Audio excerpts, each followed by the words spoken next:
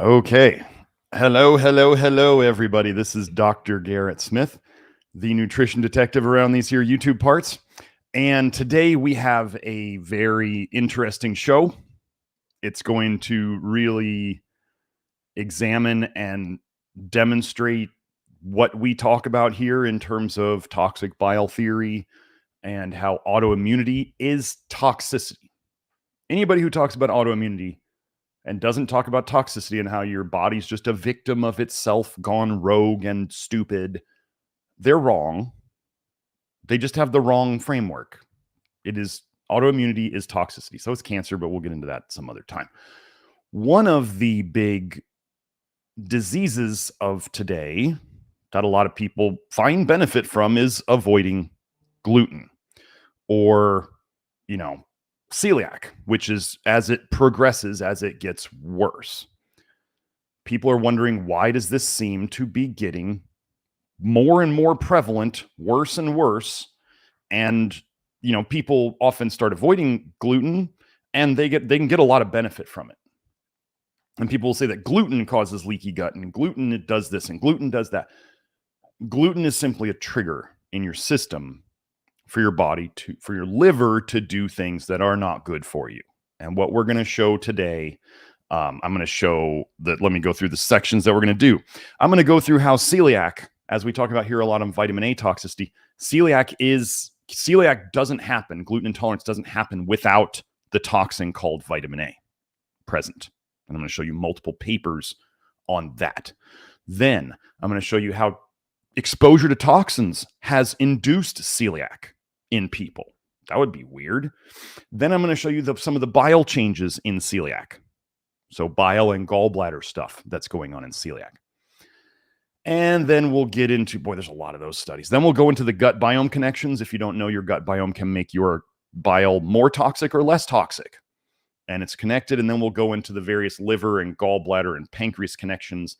How, like, when they do surgery on the bile system, all of a sudden people can get celiac. Well, that's a weird thing. How would we connect those? So we'll hit those. And I think that's about it. So Joe is going to eventually put up the link paper and the links paper for this, the PubMed links and other things like that. And then he'll also put up the testimonials, which I wanted to go over first, because we have a lot of people who are kind of hassling us these days, trying to say that what we're doing doesn't work and it doesn't make sense. And blah, blah, blah. How about if I just show you people telling you that it works? I mean, isn't that what we all really care about? Here's something for some of you higher level thinking, smarter people to think about. The pharma cartel loves to try to give us mechanisms of how you're sick. They're trying to go deeper and deeper and deeper into the mechanisms to try to tell you that this is not working and this is why you're sick. And then are they getting anybody out of being sick? No. And there's lots of other people out there who love to post these mechanistic pharma cartel studies, and they don't get anywhere. They're not helping anybody. They're making the problem worse. The overly mechanistic stuff, without looking at what is actually happening in the real world, is why health is not getting anywhere. We really only care about, as we call it, black box theory, which is where you put an input into the black box, which is the human body. We don't understand everything that goes on in the black box. The black box is unknown. You put something into it and you get something out. Input, black box, we think we know what's going on there, but we don't really. And then we actually just watch what happens on the other side. Well, if people are doing the Love Your Liver program and low vitamin A and other things like this, and their celiac or gluten intolerance is going away, do you need to know the mechanism? Do you need to know it? Or do you just want to be fixed? Like when you send your car to the mechanic and they fix it and they give it back to you and it works, do you really need to go into detail with them of what did they fix and what did they take off and what did they put back and what did they oil and what did they grease and what did they replace? Do you really need to know that, or do you just want your car to work? So what we're going to show you right now is that what we do works, because that's all that matters in the end, isn't it? So celiac disease, for those of you who don't even know what celiac disease is, or you're wondering what it is, or you're one of those people out there complaining, why is everybody celiac? And it's just, they're weak and they're whatever. No, it's a problem. Celiac is what they call an autoimmune or a very hyperinflammatory state when people eat gluten. That's it. Gluten intolerance is considered where, so they have to diagnose gluten or celiac by, first they look at the antibodies in the blood. They measure antibodies in the blood to see if they're present. Antibodies, if you do not know, are proteins the body makes to bind to toxins to protect you from these things. So any condition with a lot of antibodies, you should assume, is toxicity, which is what I'm saying. So they measure you for antibodies, but they will not diagnose you with celiac until you have to eat enough gluten to basically wreck your gut lining, so that when they go in and they take a biopsy of your gut lining, they find what they call celiac. So it's even worse. Like, they can go and see tissue destruction. So you could have gluten intolerance, let's say, which is where you just, you don't feel good on gluten. That's like if you, not at the lowest level. That's where things are not terrible yet. People are figuring it out early. They're going, I don't feel good when I eat this. So what do we say? Doc, it feels bad when I do this. Well, then don't do that, right? It hurts when I do this. Don't do that. So some people figure out the gluten thing early and they avoid lots of problems along the way because they figured out it hurts when I do this. Then there's what they call silent celiac or potential celiac, which is where you have the antibodies in your blood, but you don't have the damage to your intestines. And then finally, we get to the point where you have damage to the intestines. So that's celiac. So you should not, in my opinion, I have never looked down, people who look down on allergies today, or the anaphylactic allergies and the EpiPens and the gluten and all this, these are real problems. They are absolutely getting worse. Just because you don't have them and you want to speak down on people who actually notice that they feel better when they avoid these things, or avoiding gluten saved their life. I think this is just a form of denial by these people, that they don't want to believe that they could actually be affected by these things. The people who speak down on people with these issues. It's very real. Toxicity and deficiency is very real. And I'm going to go over that today now. So let me head into the testimonials. Okay, here we go. So our first two testimonials are quite long because these are actually diagnosed celiac people. So here we go. I used to have the most severe celiac disease of anyone I'd ever heard of. I had to be so strict about cross-contamination that I couldn't eat things that weren't made in a dedicated gluten-free kitchen. Flare-ups were torturous. Spiraling depression with suicidal ideation for about 18 hours, brain fog so intense I couldn't converse because I would lose the beginning of a sentence before getting to the end, crippling fatigue, and days with plenty of physical pain in any joint I moved. Worse, in 2017, after carefully eating nutrient-dense for years to improve my health, and she put in parentheses, oops, I suddenly began cross-reacting with corn. There are hundreds of ingredients that could be derived from corn, so that meant I now couldn't have almost any additives and couldn't so much as have a glass of water from many restaurants. Ingredient manufacturers generally don't keep track of whether things are corn-derived, since it's not a top 8 allergen, so there was no way to check whether certain things were safe. I had to carry around emergency medical information detailing all sorts of corn-containing things, like most IVs, dissolvable sutures, instruments dusted with cornstarch, etc. I had to carry around all of my own food, so a normal social life was impossible. To give a sense of how sensitive my disease was, some grocery stores sprayed dilute vitamin C solutions on beef to delay oxidative browning for cosmetic reasons. Vitamin C is cheapest to make by synthesizing from starch. Cornstarch is the cheapest starch, so beef can come with the faintest traces of corn on it. How do I know this? That teensy bit was enough to cause me a full-blown autoimmune flare. I could take capsules of tapioca-derived ascorbic acid, no problem. It was the micro-residues of corn that did it. Because autoimmunity is supposed to be permanent, we know better now. I had no hope that my body would ever forget to attack itself and resigned myself to making the best of cooking everything myself. In September 2019, I read Grant Genereux's ebooks, and began avoiding vitamin A to treat my histamine overload. I soon joined Dr. Smith's network to deal with aldehyde symptoms while detoxing. Okay, so Joe, if you could put up the Grant's website, ggeneru.blog, so that people can see where these free ebooks are that have started so many people on the path to healing. Since then, I've never had one of my old terrifying flare-ups. My handful of other autoimmune diseases are apparently gone.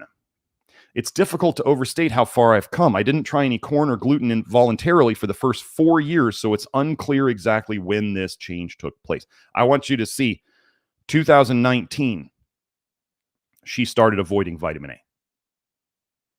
And then she got into the Love Your Liver network. Okay, this is a marathon, not a sprint. You want to fix these deep problems. It's going to take several years. I'm not going to lie about this. We have a whole timeline video on this channel about how long it takes with vitamin A detox. Okay. I can receive communion at church in the ordinary gluten-containing way without a flare. So she was a terrible celiac, even corn gluten, as they call it.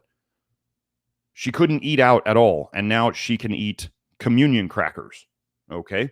I can eat corn in moderation without any problems. My family can enjoy homemade wheat bread without making me sick from cross-contamination. I can eat off gluten-free menus in restaurants. I literally had to eat a sandwich on gluten bread to get a reaction at all. It's been an incredibly surreal experience. I have flexibility when I leave the house. I'm no longer the freak on the insanely strict diet. When I do provoke a celiac flare-up, it's about 1% as severe as before. I usually just get a little joint pain the next day. Maybe some minor fatigue and brain fog. The terror is gone. Really, it doesn't feel like I have celiac disease anymore, just that I have to be gluten conscious to feel consistently my best. I imagine that with continued progress, one day I will fully tolerate gluten, but regardless of whether that happens, I have my life back in ways I never had any hope for. So, yes, this person has been a member of the Love Your Liver program for a long time. She said one of the things she's told me in private was that her husband is one of the happiest people about her progress. Because, when this affects her, of course, amazingly, huge amount, but it also affects her family because, her family wants to help her too, and her family has to do all these things to help her. So anybody who knows somebody with food allergies that you actually care about knows what this is like. So 1% as severe as before. So what I'm going to say is this person all fixed? No. 99% fixed. Pretty dang good, right? So yeah. So she's not a shut-in or like as she said, the freak with the insane diet restrictions anymore. Okay. She just has to be gluten conscious. So let's go into the second testimonial. This is another long one. Here we go. I've given a brief testimonial before, but I thought I would go into more depth because since there is a special live stream on celiac disease and how it relates to vitamin A. It all started when I was a kid. Up until about fourth grade or so, I was very athletic and very thin. I would place first or second in 50-yard dashes, could go all the way down the monkey bars and more. Then around age 10 to 13, things began falling apart. I was hit by a tsunami of Southern culture, 80s food, the low-fat craze, and the great diet world and beginning of Weight Watchers. My mom was a shift work nurse and had gotten overweight, so she decided we would do Weight Watchers. She insisted on the family getting healthy, so she cooked things with low fat, lots of vegetables, and dishes that I really hated. She did that for about 6 to 8 years during my most formative growing years. Then I was hit with the 80s fortified cereal, fortified chocolate mixes, and fortified milk. Milk helps you grow, right? My mom was health conscious, so no sweet cereals in the house, which was all an illusion as it was all garbage anyway. I would have a huge bowl of cereal for breakfast every morning and a huge glass of chocolate milk before bed at night. What would Southern culture be without lots of spicy pork barbecue, fried bologna, red hot dogs, Mountain Dew, hoop cheese biscuits, cheese on toast with tomato soup, country crock margarine, and pimento cheese sandwiches? Refusing to eat some of my mom's healthy meals, I resorted to pimento cheese. I would have been right at home at the Masters in Augusta, LOL. For a long time, it's all I would eat. And when I visited my grandmother as well, she always had a big tub. I ended up becoming anemic and having iron dysregulation, probably from vitamin A poisoning, which forced my mom to start cooking red meat more often, thankfully. but the damage was done. I ballooned up in weight, and even though I was very active, always playing a team sport as well as miles of bike riding in the country, I was always pudgy and developed boy boobs, or gynecomastia in the research, that I was embarrassed of at the pool in the summers. It did motivate me to start lifting weights in high school, but could not lose the gut and moobs no matter what I tried. That's short for man boobs, if you didn't know.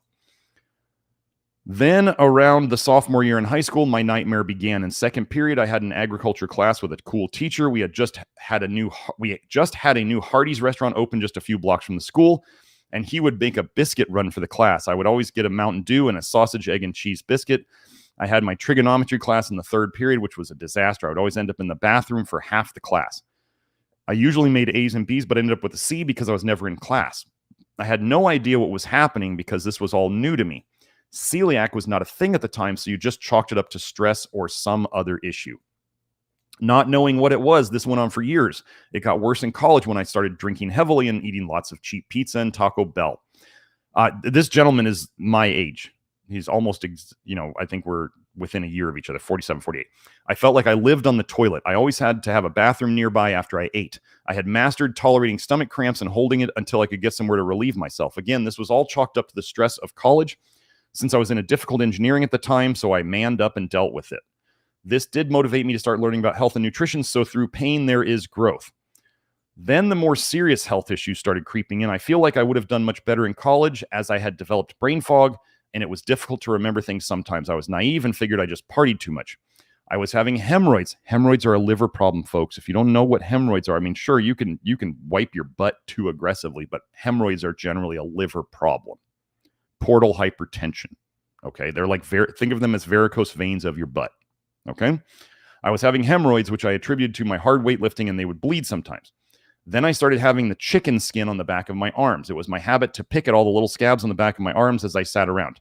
Again, I ran many miles and worked out hard to get into shape and maintain, but it was difficult. I had time in college to keep up the routine. Chicken skin, aka keratosis pilaris, folks, is vitamin A toxicity showing up in your skin. This is another thing about the mechanism stuff. In the research, they'll say people with keratosis pilaris have lower vitamin A in their blood. Okay.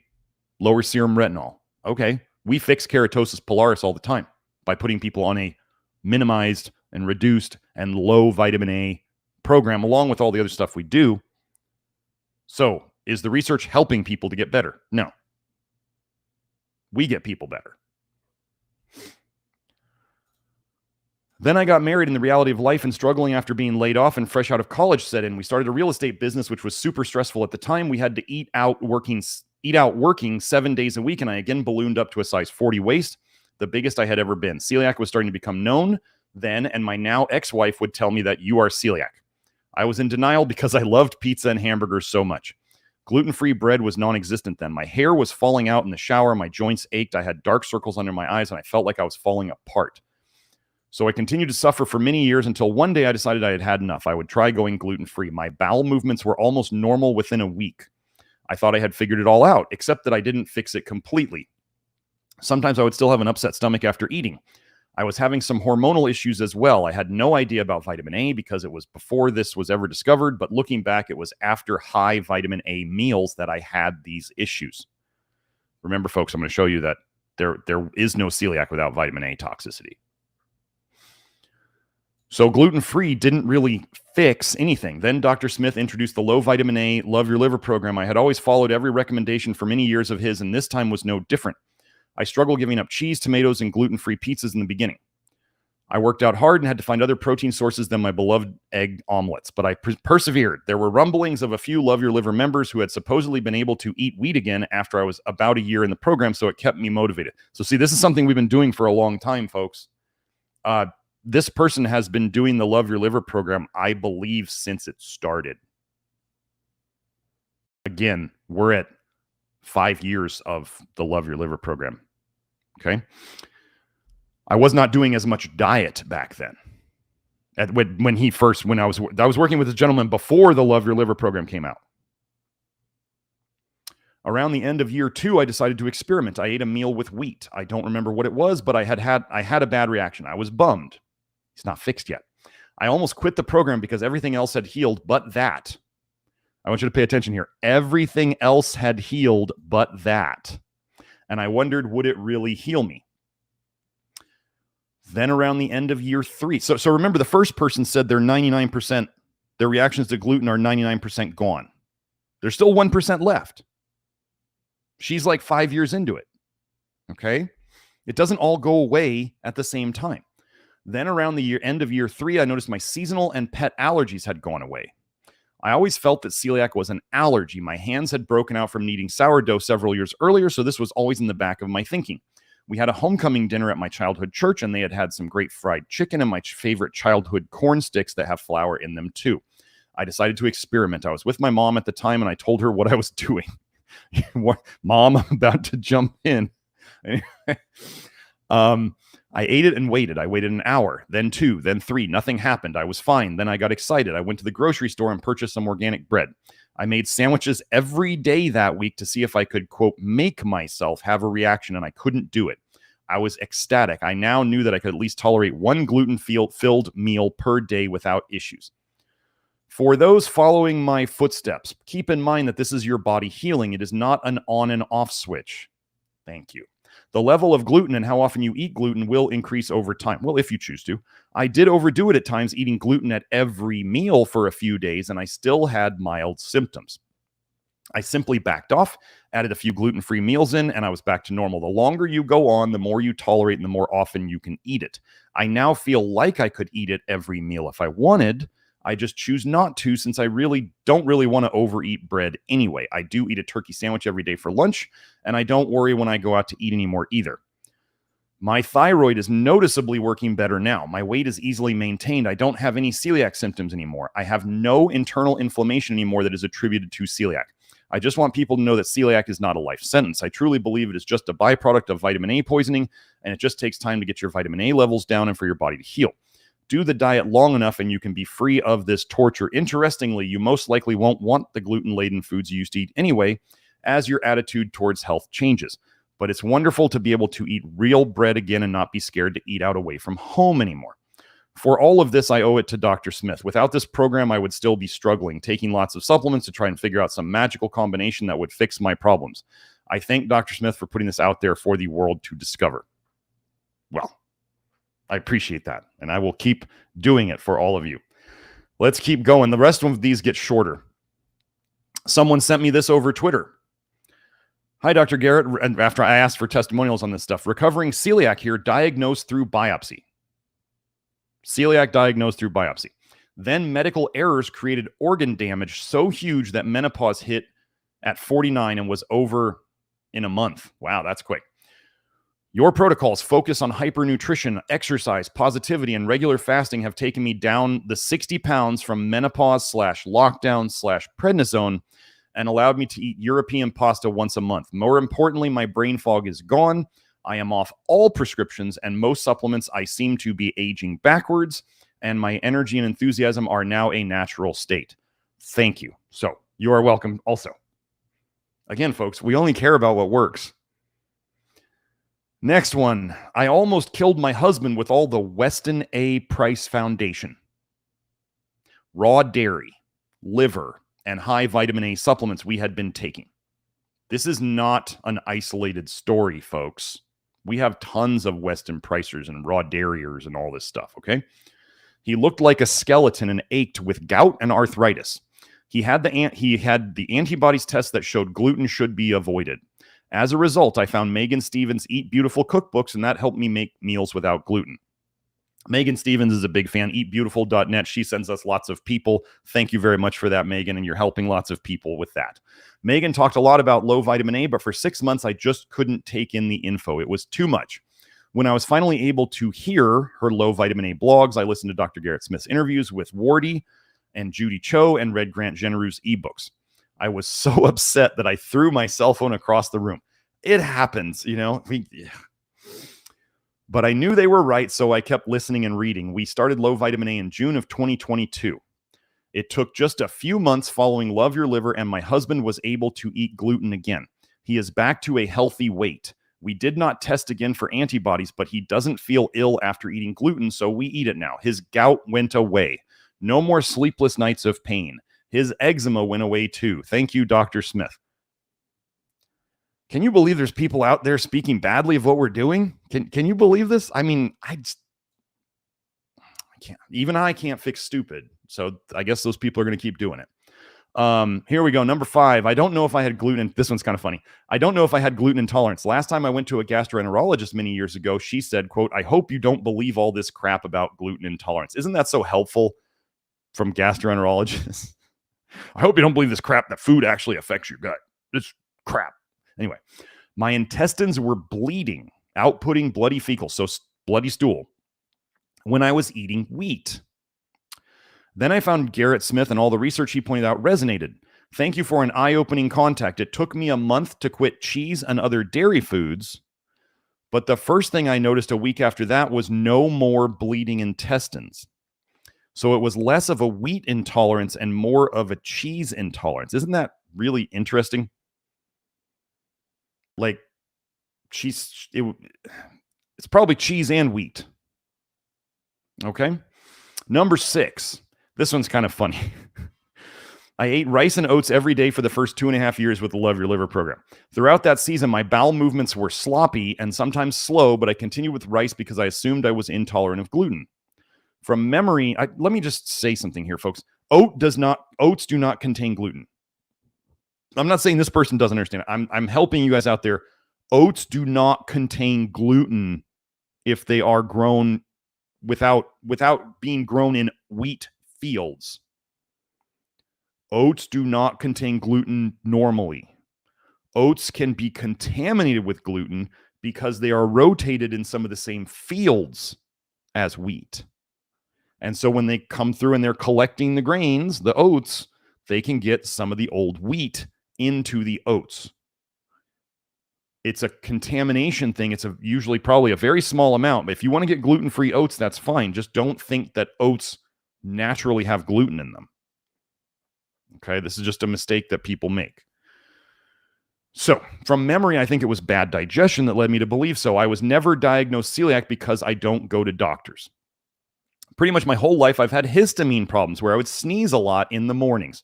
If you guys haven't seen my anaphylaxis show, your allergies are vitamin A toxicity also. Do you see how multiple people had histamine problems? Celiac intolerance? We're going to go over stuff like this in the research. Okay? At the end of my second year with Love Your Liver, I tried eating bread and started sneezing the following morning. Okay, she's not fixed yet. So I stopped eating bread. I had attempted eating bread because my blood test showed a fairly low level of vitamin A in the blood. Okay. About middle of this year, I tried bread again, and now there is no more sneezing in the morning. So see, she wasn't fixed enough, and then she was fixed enough. This is how it works. Like, oh, please, people, don't start on the Love Your Liver program and think in 1 month like your problems are fixed.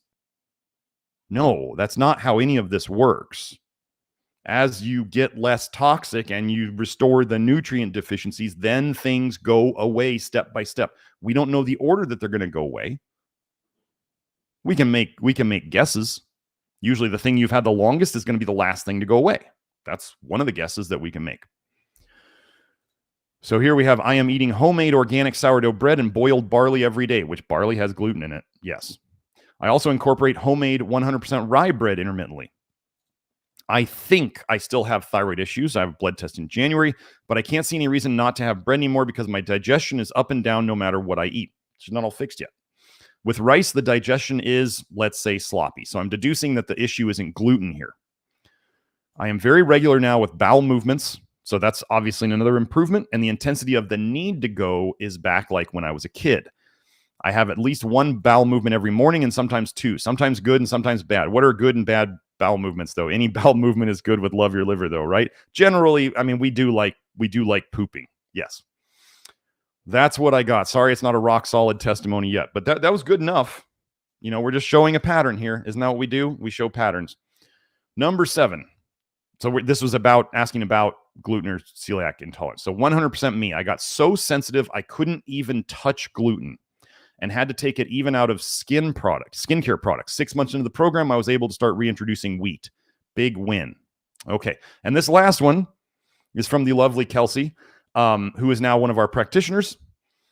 My son can eat some gluten now thanks to flush niacin supplementation and a lower vitamin A diet. whereas a few years ago, even organic wheat products would affect his behavior and cognition negatively.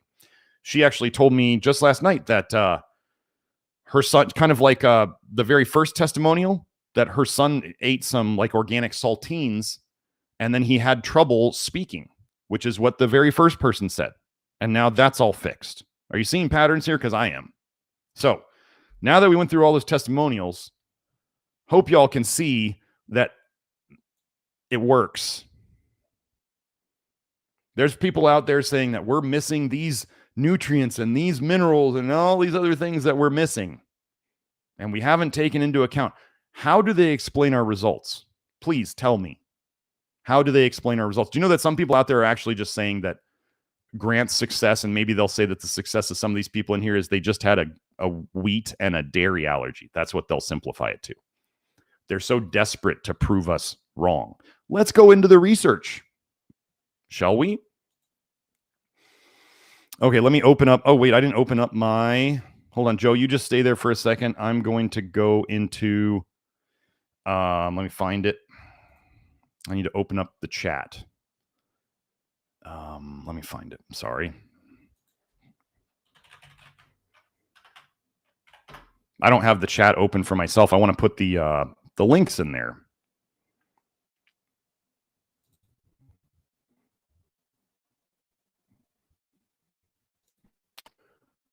Okay.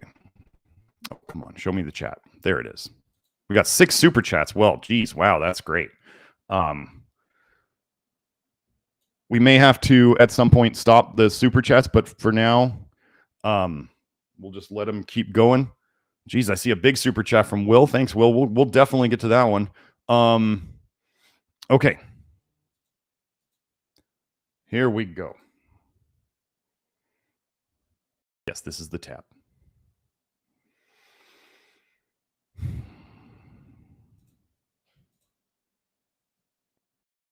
Okay.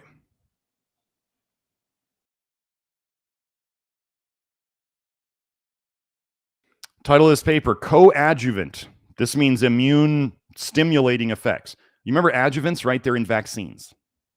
They use mercury as an adjuvant. They use aluminum as an adjuvant. There's studies of retinoic acid, which is quote unquote the active form of vitamin A, studied as a vaccine adjuvant. Mercury's not good. We know this. Aluminum's not good. We know this. Retinoic acid, the active form of vitamin A. This is what they say you need from vitamin A in your diet.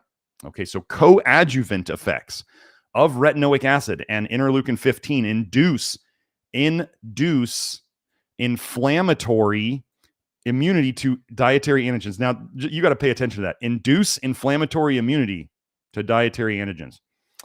Let's go find this. Where was it? Let me get in here. I guess I didn't mark it on this study. I've had this study multiple times before.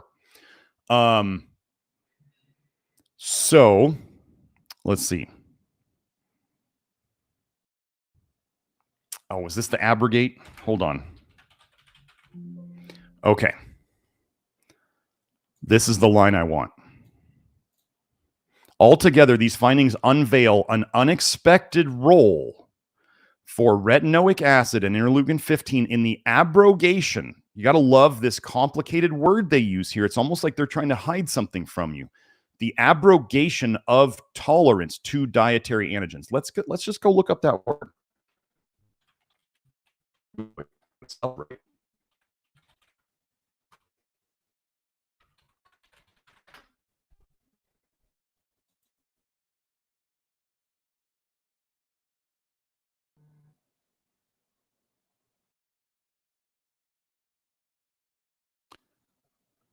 So here we go. Suppress or prevent something.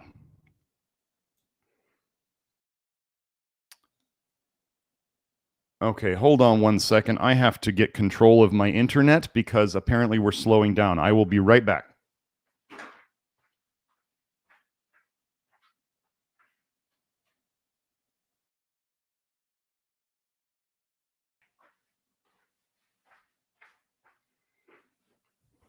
Okay, hopefully that fixed it, Joe. tell people I'm doing my live stream and not to use Wi-Fi, and then they all use Wi-Fi. So what are you going to do? Okay. So abrogate, suppress or prevent. Suppress or prevent. Now let's go back here to this. Altogether, these findings unveil an unexpected. We don't care about unexpected, but well, we do care because they want you to believe that vitamin A is good for you. Unexpected. They thought vitamin A was good. They found it to be bad.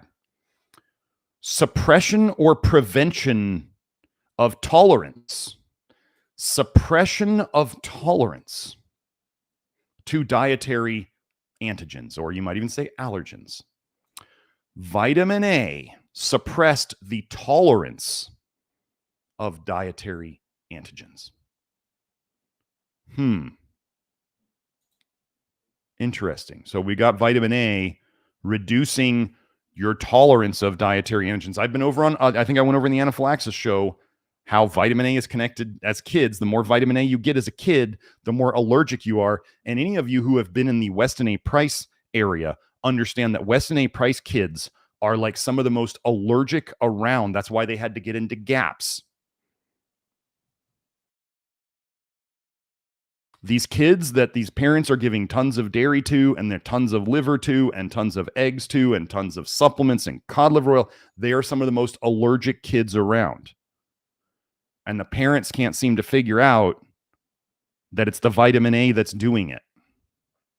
It's in the research. The more vitamin A you give kids, the younger they are, the more allergic they get. So now let's go into this one. Oh, wait, I didn't put that link. Let me get that link for you guys. There's that link. Let's do this one. Oh, Joe's putting the links in. Okay, so I don't have to do it. There we go.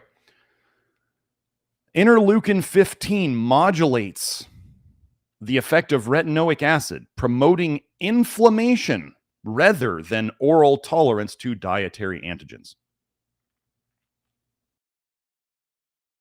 See, retinoic acid has to be put into your body.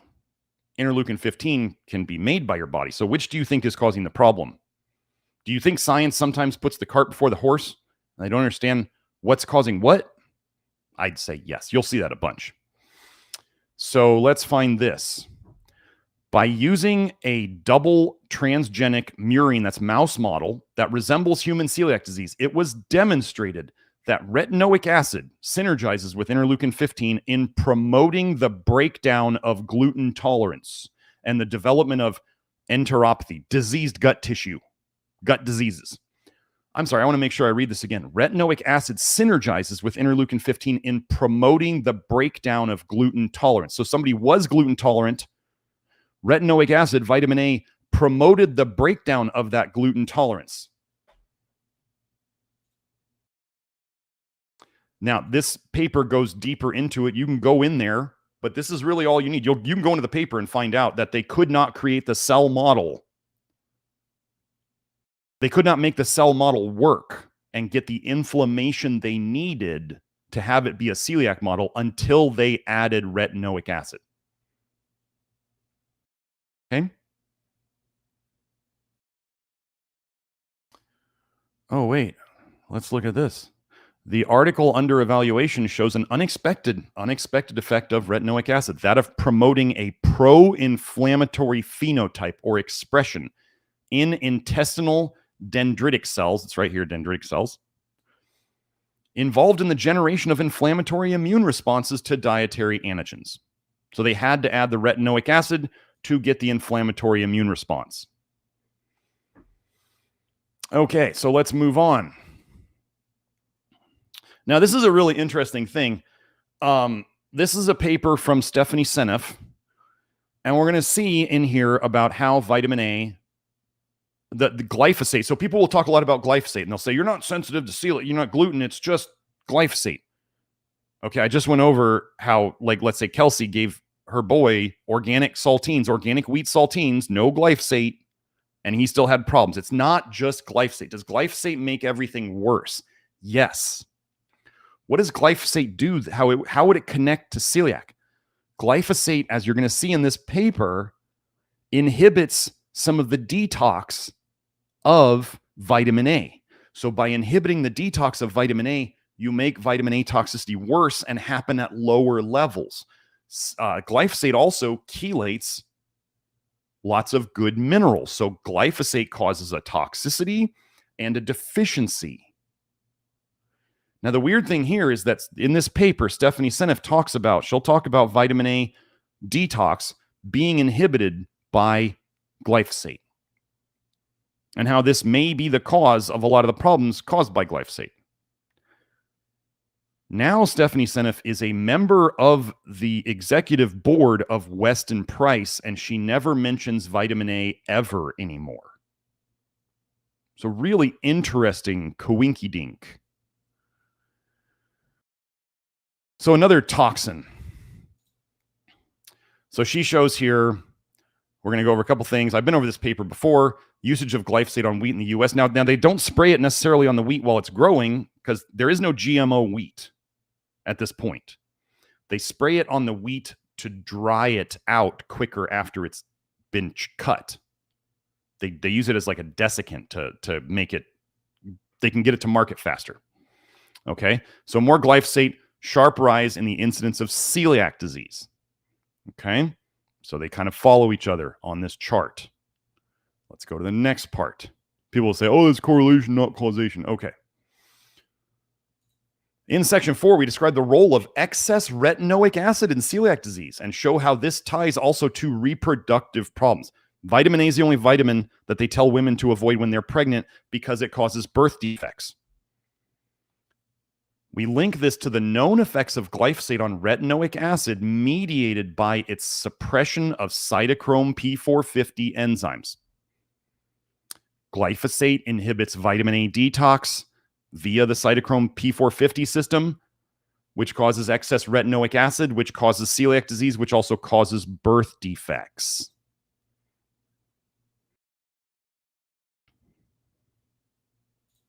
Figure 2 shows there a correlation between glyphosate application to wheat and the incidence of intestinal infections.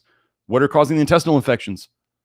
The bile, the toxic bile, full of things like retinoic acid chemical peel, dissolving things like the villi in celiac. So here we go. Retinoic acid, celiac disease, and reproductive issues. In this section, we first established that excess retinoic acid is a risk factor for celiac disease. We then show that excess retinoic acid leads to complications in pregnancy and teratogenic, that's birth defects. So, oh, you mean like miscarriages, spontaneous abortions, and teratogenic birth defect inducing effects in offspring. Glyphosate has been shown to exhibit teratogenic birth defect inducing effects in line with known consequences of excess retinoic acid vitamin A exposure to the embryo, and we propose that the mechanism for this effect may be glyphosate's known disruption of cytochrome enzymes, which are involved in retinoic acid catabolism, that's breakdown or detoxification. This then links glyphosate to increased risk of celiac disease via its direct effects on retinoic acid. Remember, I just went over how they couldn't even create celiac disease in the cell model without adding retinoic acid, and retinoic acid made the body less tolerant of gluten.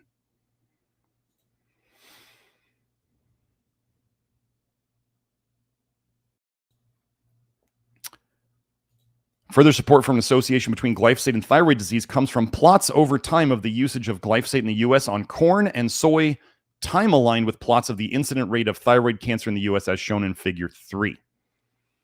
It's really neat how all these charts just seem to follow the same path. Glyphosate is terrible. You should be eating organic as much as possible. Notice how they're saying thyroid cancer. Cancer is toxicity. Folks, I'm gonna burst your bubble for some folks. If you have hypothyroid or hyperthyroid or autoimmune thyroid of any type, it used to be discussed in celiac groups that autoimmune thyroid is considered a sister disease to celiac. That means hyper or hypo. Autoimmune thyroid is considered a sister disease to celiac. So until I generally tell people, if you have a thyroid condition, you will likely do better if you avoid gluten for now. The cool thing is that it's not a life sentence as you're seeing here. We fix thyroids, we fix gluten problems. They all go together. So, but what I'm going to say is while you're recovering, avoiding gluten will help your recovery go faster. As you'll see in the studies where people go gluten-free and all sorts of things start to resolve. And we'll go over why that is. So let's see. What else do we have here?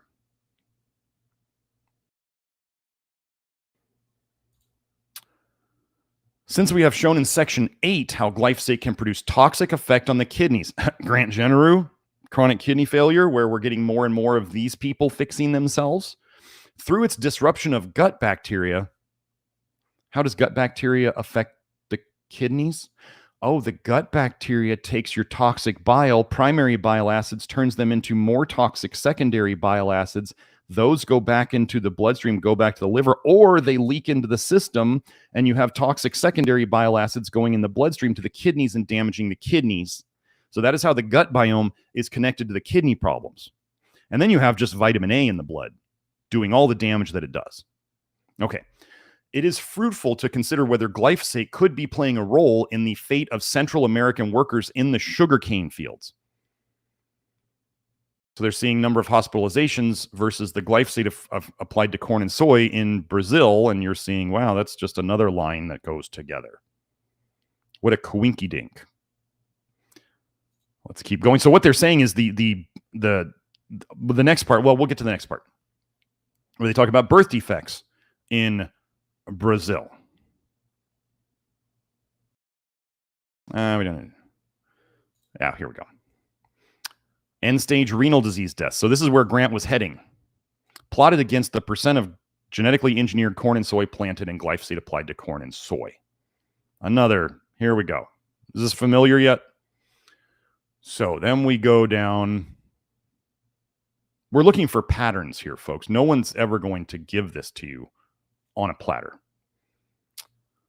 One of the things that we talk about a lot in the program is molybdenum. Molybdenum is very required for many of your detox enzymes. Glyphosate depletes molybdenum.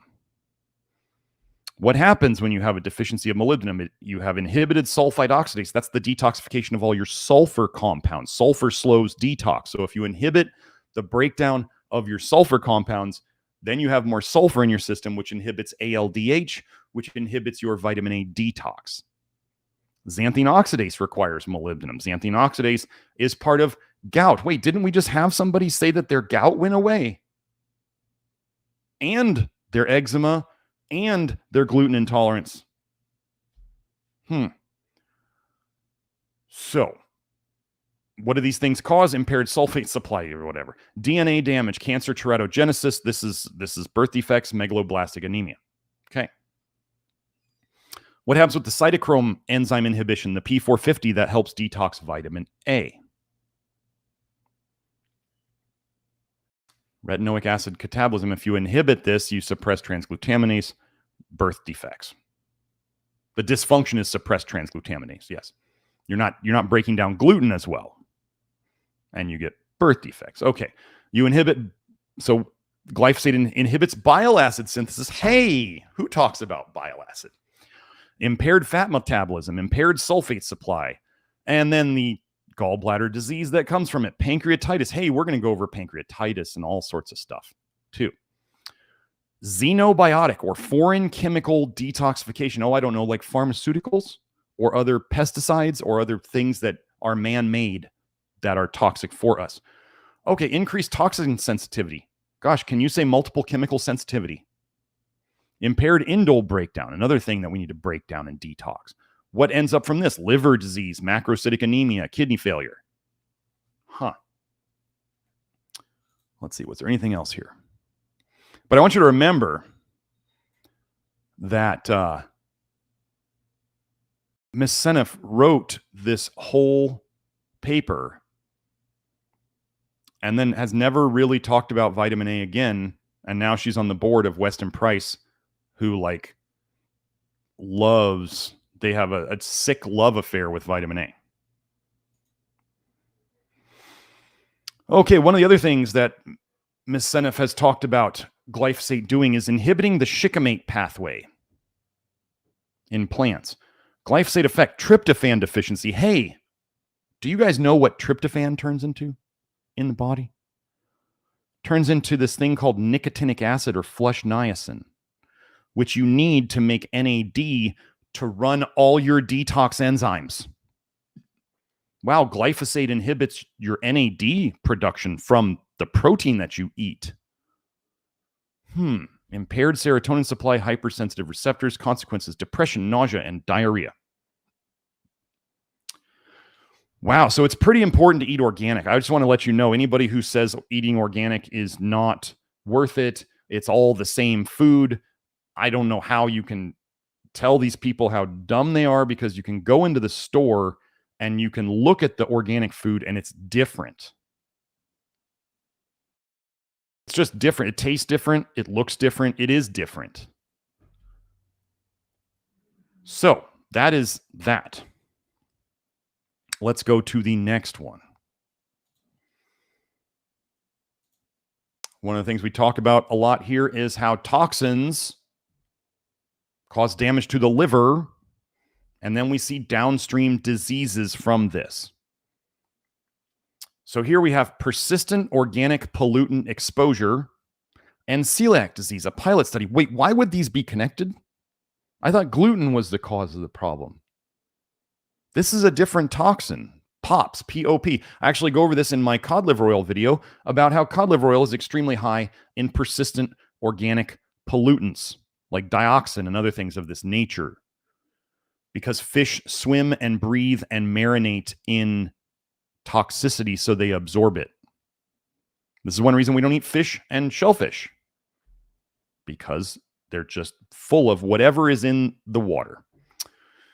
Okay, controlling for sex, race, age, BMI, and genetic susceptibility score. Patients with a higher serum DDE concentrations had a two times higher odd of celiac disease. After stratifying by sex, we found higher odds of celiac disease in females with serum concentrations of DDE perfluorooctanoic acid, fluoride, and in males with serum BDE153, a PBDE congener, so probably a detox product. Polybrominated diphenyl ethers.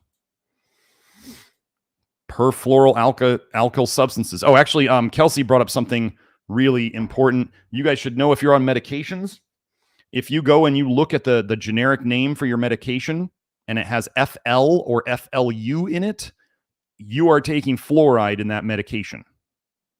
Okay, so like Prozac, fluoxetine, FLUOXETINE, fluoxetine, fluoride.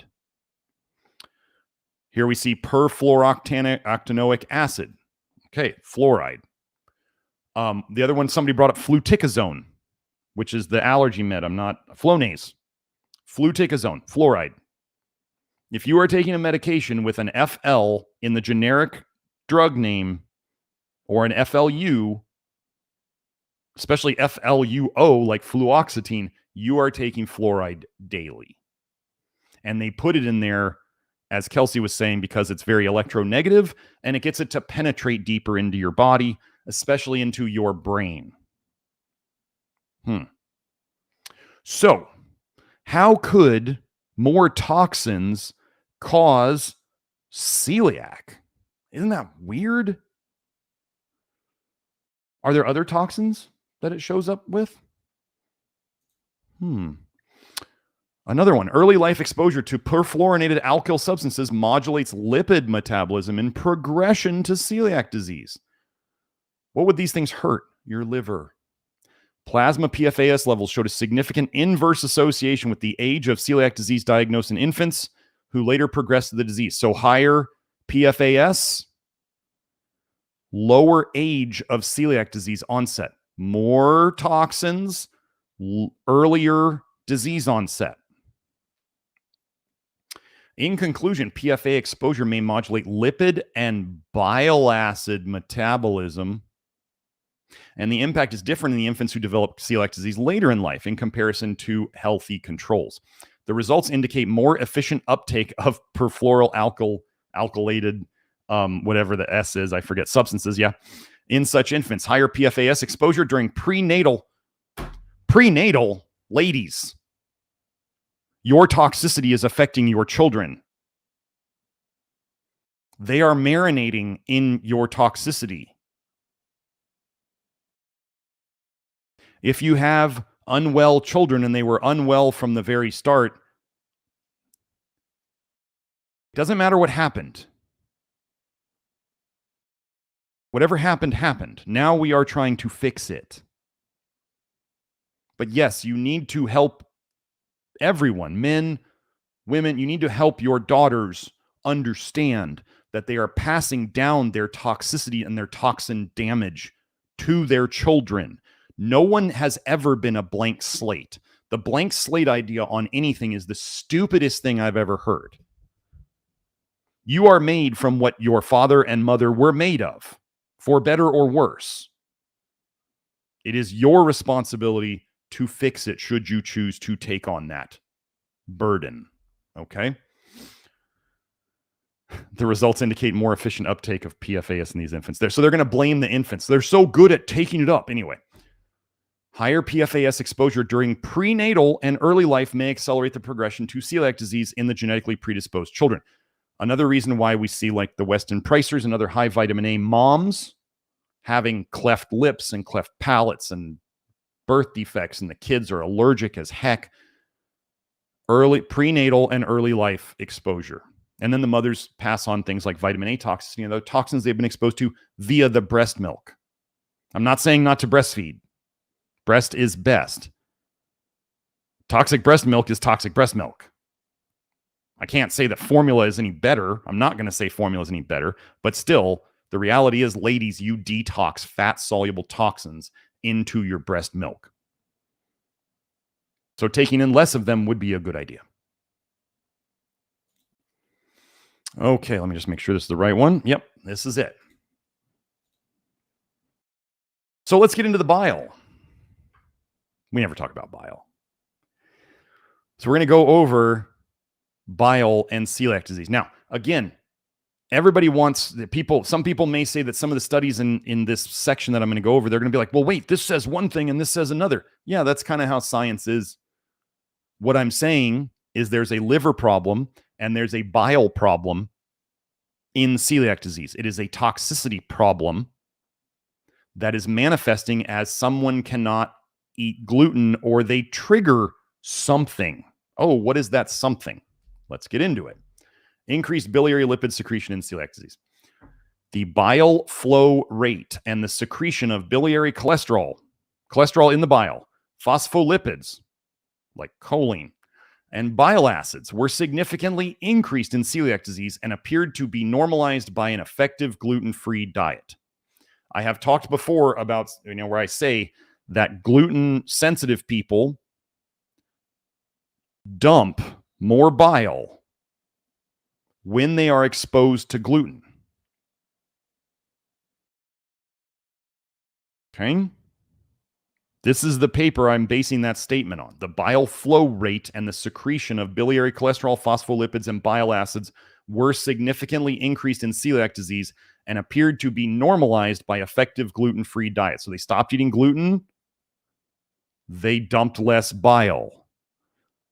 Celiac folks who ate gluten dumped more bile. Okay? I don't think there was anything else in there. Increased fecal bile acid excretion, so more bile in the poop in a significant subset of patients with other inflammatory diarrheal diseases. Sorry, I got to share that one.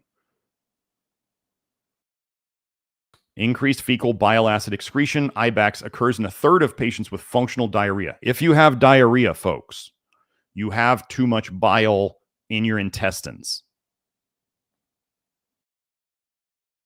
If you're constipated, you don't have enough bile in your intestines. It's probably going straight into your blood. or more of it's going into your blood and less of it's going into your intestines, it doesn't trigger pooping. So think of too much triggering of pooping is diarrhea. Not enough triggering of pooping is constipation. Bile does the triggering. The amount of bile in your intestines does the triggering. So notice how they measured IBAX, increased fecal bile excretion. So they had these numbers. More than this, 2337 micromoles in 48 hours, or primary fecal bile acids greater than 10%, or greater than 4% primary bile acids plus greater than 1,000 bile acids. So they had a couple different ones. Almost 50% of patients with celiac disease and I think that was microscopic colitis. And microscopic colitis had IBAX, too much bile or excess bile in their poop, with a greater proportion with increased primary fecal bile acids. These are straight out of the liver. A significant subset of patients with microscopic colitis, quiescent celiac disease, that's like quiet, and IBD, irritable bowel disease, had increased fecal bile acid excretion. Okay, bile acid is bile, toxic bile. We talk about it as toxic because it eats away at things. Like it dissolves things. It eats holes in things. That's what your ulcers are. That's what your leaky gut is. Gosh, a significant subset of patients with digestive disorders that they could find had a lot of bile coating their intestines, giving it a chemical peel with things like retinoic acid, dissolving tissue like the villi of celiac disease. And then people have a problem. And then we saw in the other paper, increased bile dumping, basically, with celiac disease. And I'm going to tell you this, by the time folks are celiac disease, they are making very, very toxic bile. This is just the way it is. So what do? We fix the toxicity. That's what we do. We stop putting it in, especially vitamin A. Review article, the mechanical pumps and the enterohepatic circulation of bile acids, defects in celiac disease. So celiac disease has a defect in reabsorbing bile acids. Gut, entero, hepatic, liver. Gut to liver circulation. If you don't know what enterohepatic circulation is, okay, your liver makes bile. It dumps the bile into the bile ducts. It's supposed to go into the intestines. That's where it's supposed to go. And then all through the intestinal tract, you are reabsorbing much of those bile acids and everything that's in it. So it's like your liver is trying to get rid of toxic bile by pooping it out, and you're reabsorbing. The general idea is you reabsorb through the enterohepatic circulation. It's like a loop from the liver to the guts to the liver. You're reabsorbing like 95% of it on a normal basis if you have a normal diet. If you do the things we do in the program, charcoal, soluble fiber, you're definitely pooping out more. Here's kind of another part of the number. Bile acid pool size, how much bile acid is floating around your system, is maintained relatively constant at about 3 to 5 grams in healthy subjects by two mechanisms. Enterohepatic circulation, that's the loop, the recycling loop, and de novo, they mean like new synthesis of bile acids. This latter mechanism compensates for the daily fecal loss in the poop, about 0.2 to 0.6 grams of bile acids. 0.25 would be about, that's the percent that we're talking about. Normally like 5% of the bile acids come out on a daily basis. This is, these are ranges, okay? In celiac disease classically described as a malabsorption syndrome associated with mucosal atrophy, biles dissolving the small intestine. Mucosal atrophy of the small intestine, both gallbladder and small intestinal motor functions are impaired. It's not working right. I've been over before.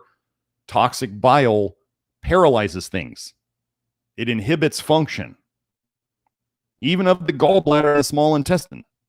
And in this article, we review the mechanisms involved in these defects, how they influence the enterohepatic circulation of bile acids, and the evidence supporting the concept that both the gallbladder and the small intestinal motor functions represent the main factors affecting the kinetics of enterohepatic circulation. Bile paralyzes things. They're saying the things that come in contact with the bile first, gallbladder, small intestine, are inhibited because that's what bile, as it gets really toxic, does. A potential role for bile acid signaling in celiac disease associated fatty liver. Celiac disease associated fatty liver. Wait, they're connected? Celiac disease is a chronic autoimmune disorder characterized by an intolerance to storage proteins of many grains. Celiac disease is frequently associated with liver damage and steatosis. Fatty liver, storing more fat-soluble toxins in the liver, storing so many fat-soluble toxins, you have to make more fat in the liver. Bile acid signaling has been identified. Whenever they say signaling, they're talking about toxicity. This is a way they hide toxicity from you. They use this word signaling. They'll say retinoic acid signaling. They will not use toxicity. They use words like signaling and homeostasis. Bile acid signaling has been identified as an important mediator, controller in gut-liver interaction in the pathogenesis, creation of non-alcoholic fatty liver disease. Here we aim to analyze bile acid signaling and liver injury, cholestasis, toxic leaky bile in celiac disease patients. When comparing the anti-tissue transglutaminase positive celiac disease patients to individuals without detectable anti-TTG levels. So these are worse. Okay? These folks have the antibodies. They're showing more toxicity. Hepatic liver, fatty liver, hepatic steatosis was accentuated. They had more. They're more toxic. Celiac disease patients with significant sonographic, this is ultrasound fatty liver, were exclusively anti-TTG positive. So the more fatty liver they had that they could see on an ultrasound, they all had the antibodies. They were more toxic. In summary, our results suggest that even in celiac disease patients in clinical remission under a gluten-free diet, alterations in the gut-liver axis, especially bile acid signaling, might contribute to steatotic fatty liver injury. And liver injury means you're leaking toxic bile. That's what a liver injury basically means. It means cholestasis, toxic leaky bile. Weird how these go together, frequently associated. Your celiac disease is a liver problem and a toxic bile problem, folks. That's what I'm trying to show you here. That's what we fix. So we fix toxic leaky bile. We fix toxic livers. We get the bile going in the right places. And then we see gluten problems go away. Delayed postprandial plasma bile acid response. Plasma bile acids, bile in your blood. Response in celiac patients with a slow mouth to cecum. Cecum is the beginning of your large intestine. So it's gone. It's gone. I mean, it's gone from your mouth all the way through your small intestine. So they're slow getting there. Gosh, would that be from like inhibited muscular function of your small intestine and your whole digestive system, which I just told you what bile does? Bile paralyzes and slows down and inhibits things. Celiac patients are known to have an expanded bile salt pool. Wait, a bigger than normal bile salt pool? What do we talk about? The two things that cause disease? The bile recipe and the amount of bile, right? So you can have a recipe to make something, and that recipe will make a specific thing. If you wanted to double that recipe, you need twice as many ingredients. So if you have the recipe determines what you make, the amount determines how intense the symptoms are. Celiac have a bigger bile salt pool, more bile, which recirculates slowly due, at least in part, to impaired gallbladder contractility. Recirculates slowly means it causes more damage as it's just sludging its way through things. It's not being moved. Okay? When subjects were divided according to their mouth to cecum transit time, the 10 with the slowest transit were found to have significant elevation of fasting levels of plasma bile acids. When compared with the 10 with the fastest transit, fasting total bile acids being 3.4 versus 0.7, 5 times difference. Slowest transit, longest time to reabsorb through the leaky gut that it's causing. Slowest transit, the bile is on the intestines as much longer than normal. So it has longer time to damage the intestines. It's taking longer to get through. You're going to absorb more. And then you see 5 times as much bile in the blood. Hope this makes sense. Subjects with slow transit were found to have a delay in the return of plasma bile acid levels to fasting levels, so that the 4-hour postprandial after they ate levels were significantly elevated when compared with those observed in the subjects with fast transit. Total bile acids, 3.6 versus 0.19. You know all those systemic symptoms you might get from eating gluten, the brain fog and all these other things that they're talking about? This is the bile in the blood 4 hours later after they ate. The fast transit time, 0.19. The slow transit time, 3.6. Gosh, you think that toxic bile in your blood is affecting how you feel, causing your skin problems, causing your brain problems, causing all sorts of issues. Okay?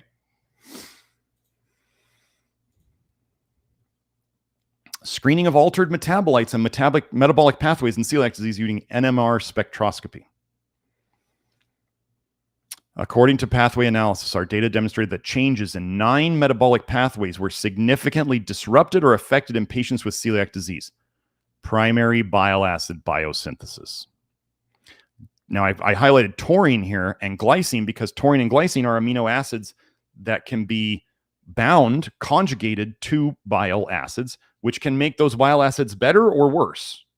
If you don't know that, taurine doesn't just automatically make your bile better. People can take taurine and feel terrible because it changes their bile acid.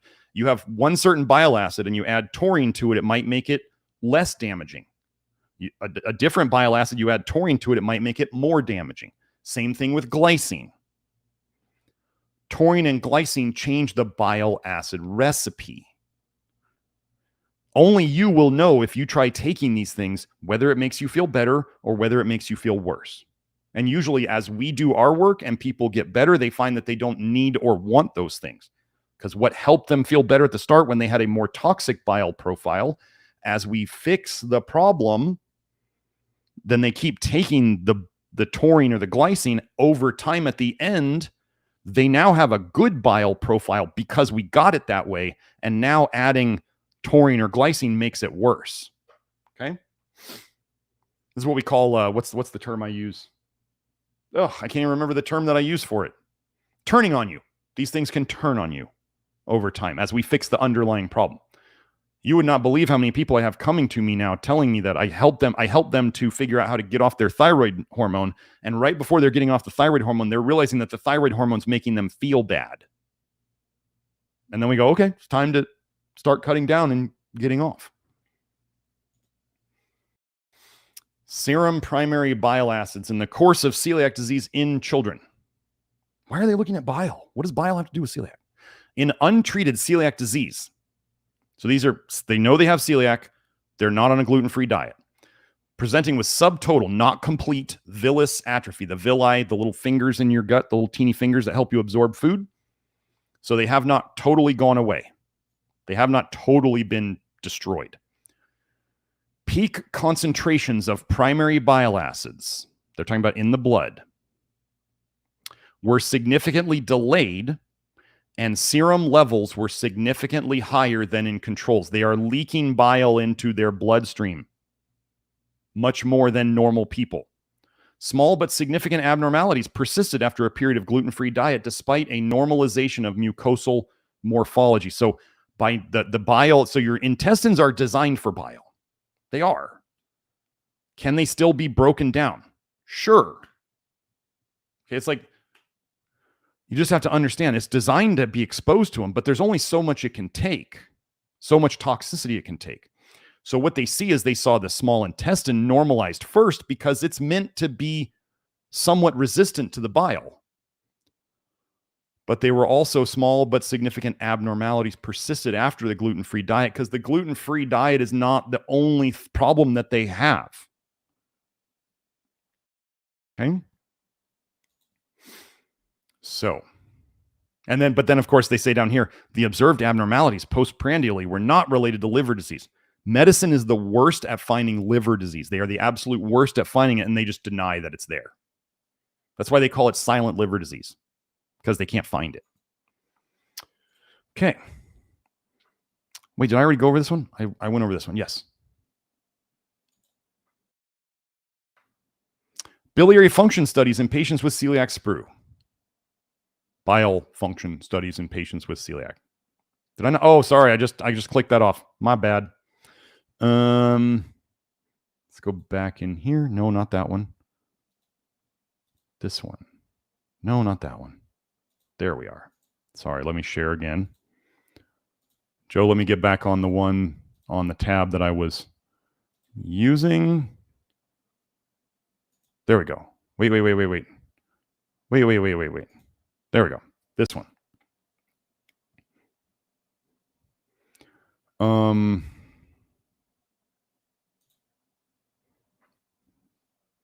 Did we see this one, Joe? Yeah, this is the paper. If I wasn't showing this one right now, this is the one I just went over. Serum primary bile acids in the course of celiac disease in children. Yeah, so we did that one. Now we're going to do this one. Biliary function studies in patients with celiac sprue. It was shown, so they all have celiac. It was shown that bilirubin output in basal conditions is decreased in these patients, and that magnesium sulfate does not stimulate gallbladder contraction. So normally they would have magnesium sulfate, Epsom salts. They're like injecting it, I think, into the gallbladder. Yeah, perfusion of the small intestinal mucosa with magnesium sulfate. So they put it into the small intestine. They expect the gallbladder to contract. We don't use Epsom salts. We don't need sulfur. We don't need extra sulfur, that's for sure. But they say magnesium sulfate does not stimulate gallbladder contraction. So for those of you who tried taking tons of magnesium and you still can't get a poop out of it, maybe gluten's your problem. Just an idea. It may help.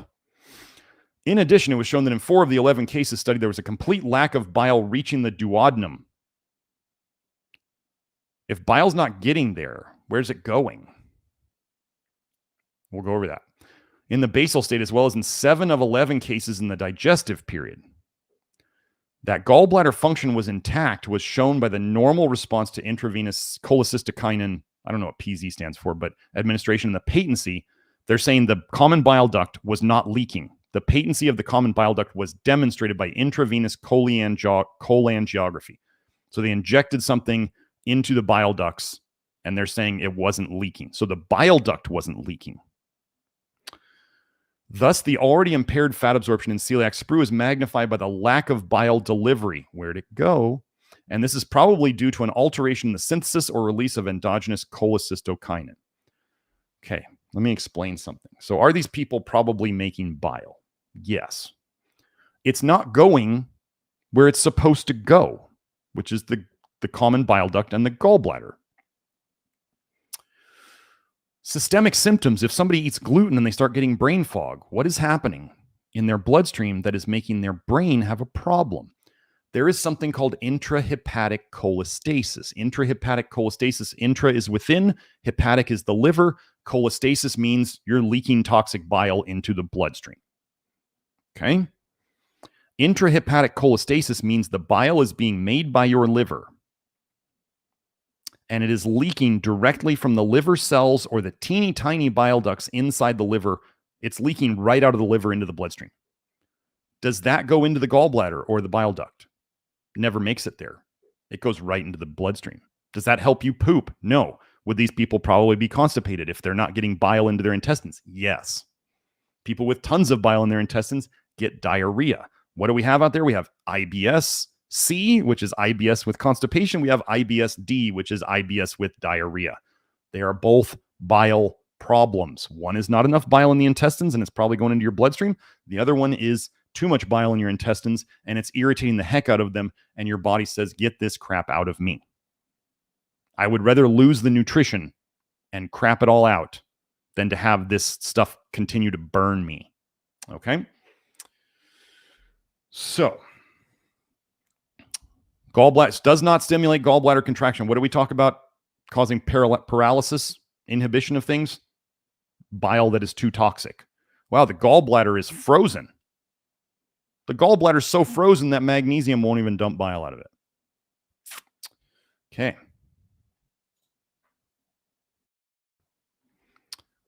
Gallbladder motility in children with celiac disease before and after a gluten-free diet.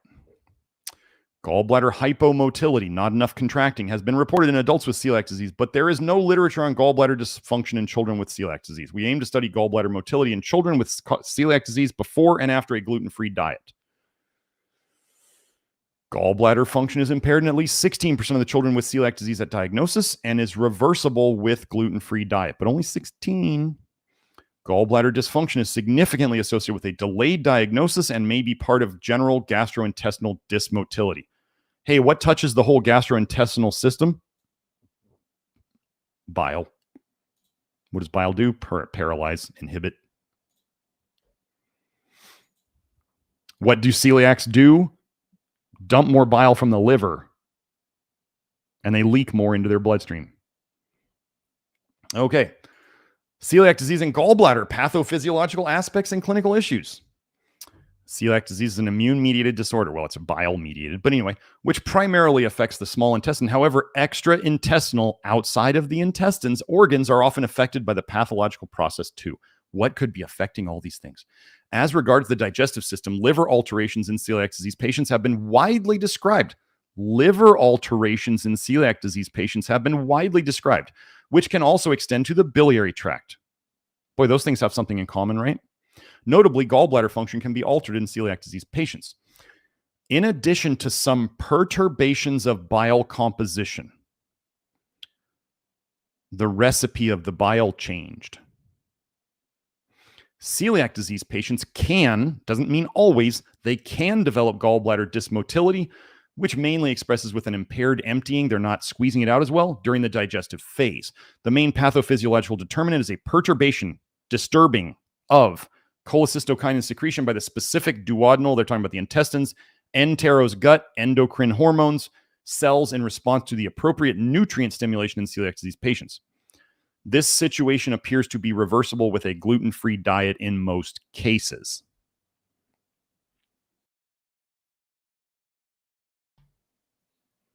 Most cases can.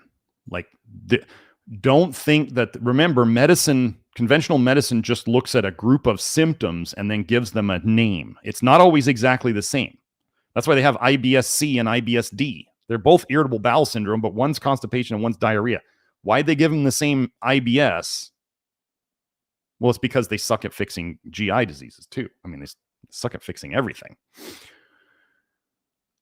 Impaired intestinal cholecystokinin secretion, a fascinating but overlooked link between celiac disease and cholesterol gallstone disease. So now we got gallstones connecting too. Celiac disease is a chronic small intestinal immune-mediated enteropathy, disease of the guts, caused by a permanent intolerance to dietary gluten. Folks, is it permanent? If you believe it's permanent, it's permanent. If you'd like to fix it, we can help. In genetically predisposed individuals, genetics don't make it guaranteed. What genetics do is if you have slow detox genetics, or if you're more sensitive to, let's say, having bile dumping triggered by gluten, what does that mean? Well, to fix yourself, you're going to have to avoid gluten more. Okay? To detox, you're going to need to avoid the toxins more. You have to just be better.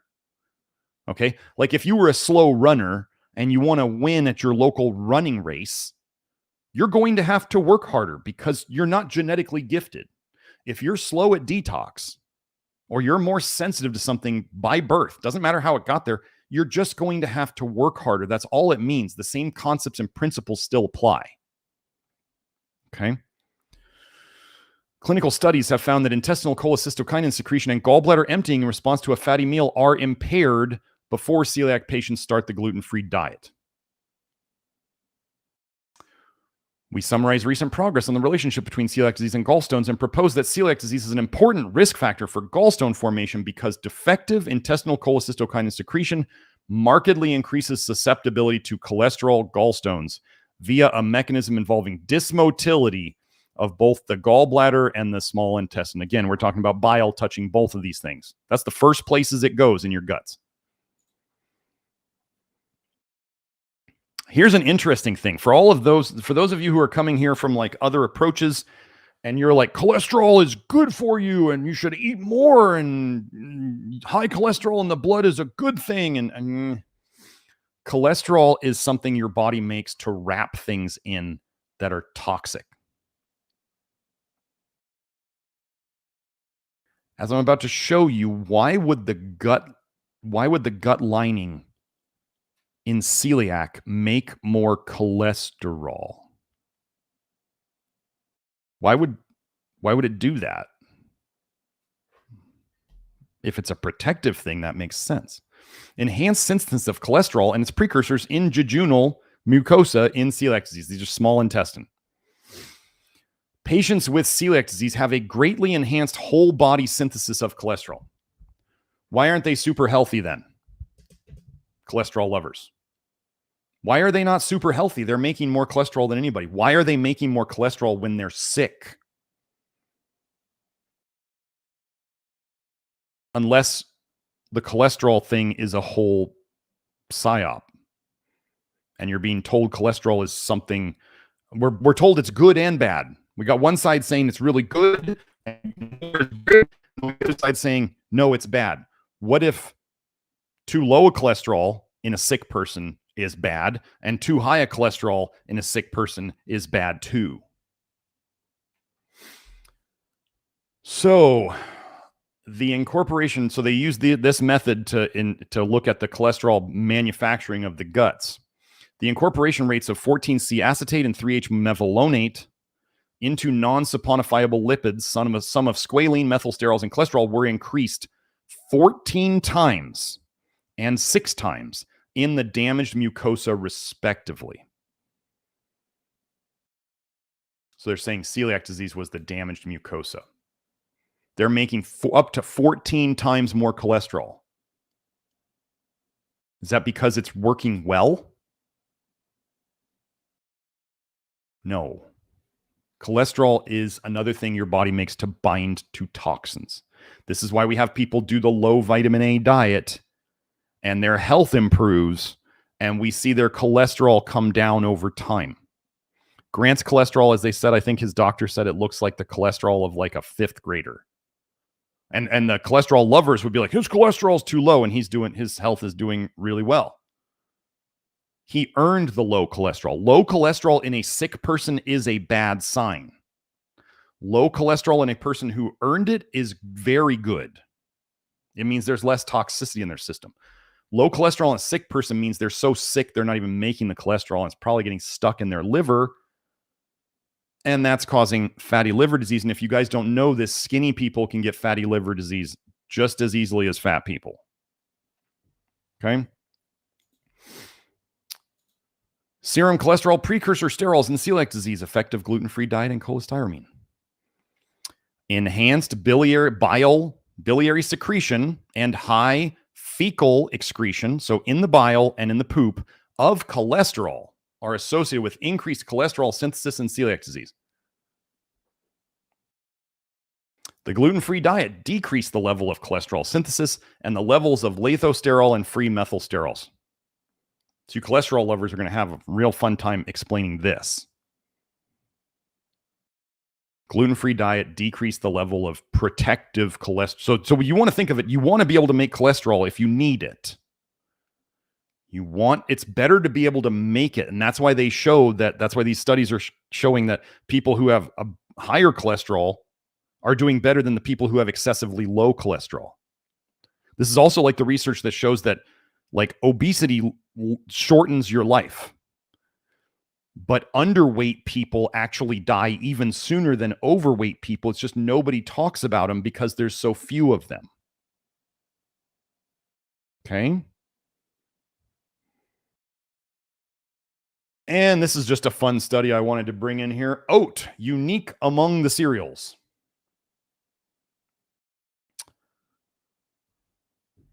The beta-glucan that is in oats. Don't use yeast beta-glucan, folks, or mushroom beta-glucan. Use oat. The beta-glucan has outstanding functional properties and is of immense importance in human nutrition. Different physiological effects of beta-glucan are related to its viscosity. That's the thickness. The thicker it is, the more bile and toxins it absorbs. Attenuation, that's lowering of postprandial after you eat plasma glucose and insulin responses. So it's helpful for diabetes. High transport of bile acids towards the lower parts of the intestinal tract. That's good. And high excretion of bile acids. That's good. Thereby lowering of serum cholesterol levels because it's getting rid of toxins. Moreover, it is helpful against celiac disease because it's a toxic bile problem. So if you can find gluten-free oats, if you're really bad celiac and you need to find organic gluten-free oats, it can help you. Now, I'm going to tell you, if you don't tolerate them, then don't eat them. If you don't feel good on them, don't eat them. But if you do, it's helping to fix the root cause of the problem, which is a bile problem. Now, we're going to go through a couple of, so the gut microbiome, I've talked about this before. The gut biome is, it can change your bile, the primary bile acids, into more toxic secondary bile acids. We don't want that.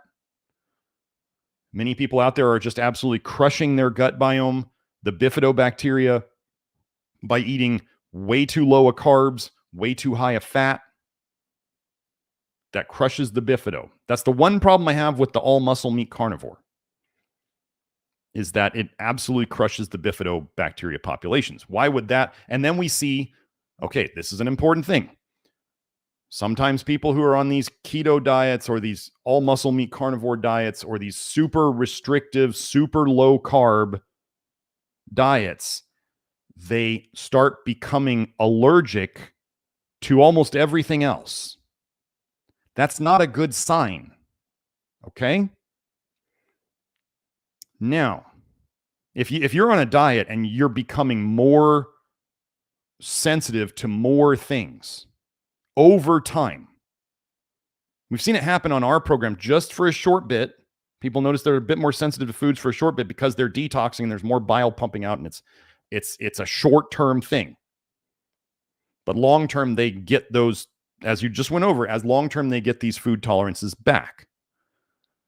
What we see with sometimes like all muscle meat carnivore or keto is people start getting tons more food sensitivities over time. That's a bad thing. Okay, so how might crushing your bifido with super high fat and super low carb and no soluble fiber be related to celiac? Gliadins is part of the protein of gluten, okay? Bifidobacteria inhibit the inflammatory response induced by gliadins in intestinal epithelial cells via modifications of toxic peptide generation during digestion. Bifidobacteria inhibit the inflammatory response induced by basically gluten. They're changing the toxic peptides. This study aims at evaluating the capacity of different bifido strains to counteract the inflammatory effects of gliadin-derived peptides in intestinal epithelial Keiko2 cells. So this is a cell study. The peptides from gliadin, gluten digestion, so they digested gluten, inoculated with bifidobacteria, did not exhibit the toxic amino acid sequences identified in those non-inoculated. Consistent with these results, the production of NF-kappa beta, I believe that's beta anyway, TNF alpha and IL-1 beta was reduced down by 20%, down by 28 to 65%, and abolished, respectively, in cell cultures exposed to gliadin digestions inoculated with bifidobacteria. Therefore, bifidobacteria change the gliadin-derived peptide pattern and thereby attenuate, that's reduce, their pro-inflammatory effects on Keiko2 cells, intestinal epithelial cells. So let's say you're on a diet that crushes your bifido, super low carb, super low fiber, super high fat. It could be any one of those. You're crushing your bifido and you're making it potentially so that if you were to eat gluten, it's going to create more of a toxic reaction in your guts. See how we can tie all these things together? And then we fix the thing. Intestinal flora in children with celiac disease. So I want you to pay attention here. 26 celiac children, 2 to 7 years old. First group in an active phase of disease. So they've got they're celiac. They're not on a gluten-free diet. They can eat whatever they want.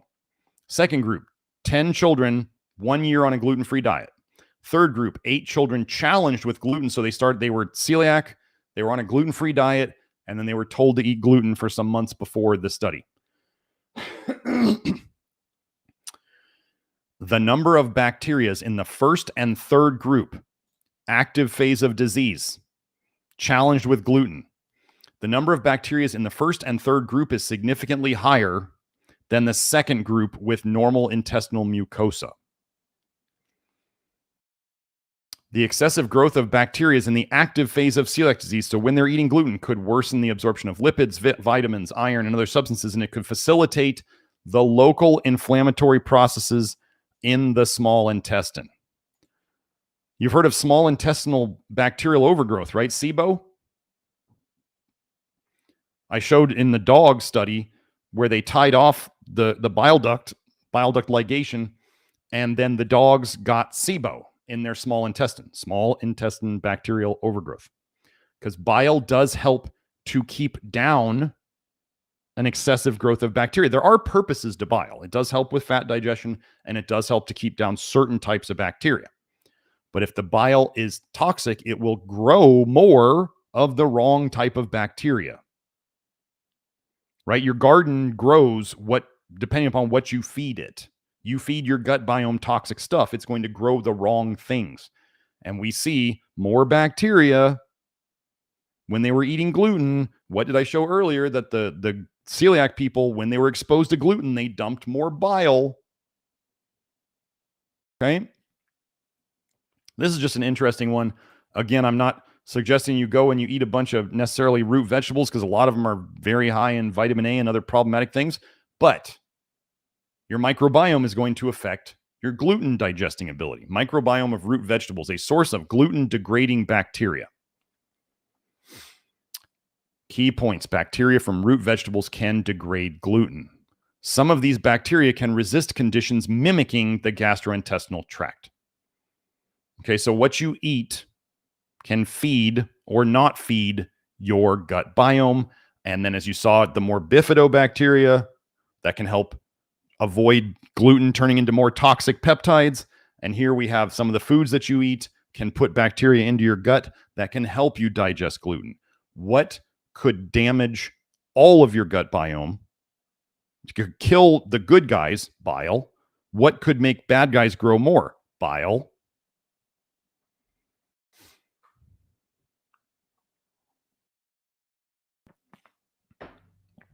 So, oh gosh, we still got more. Okay. I'm going to try to run through this fast. I always say that, right? Here's what I'm going to try to show you real quick.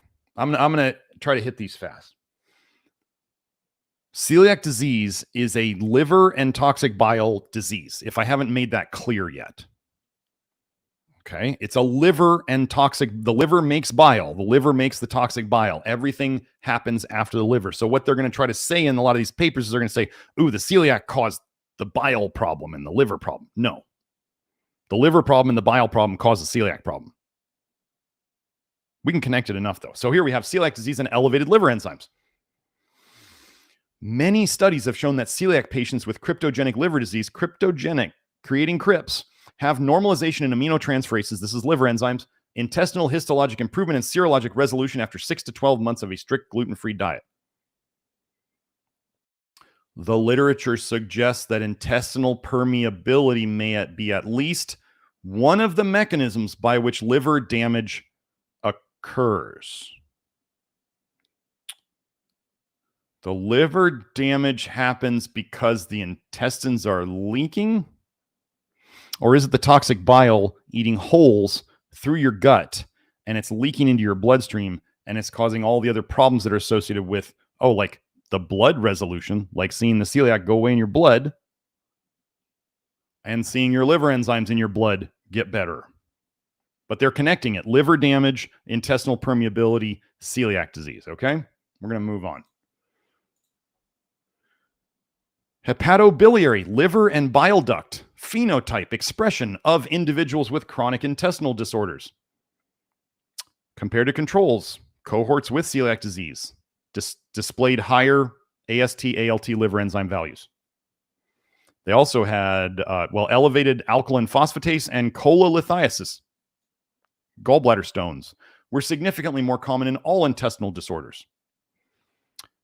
Chronic hepatitis, this is inflammation of the liver.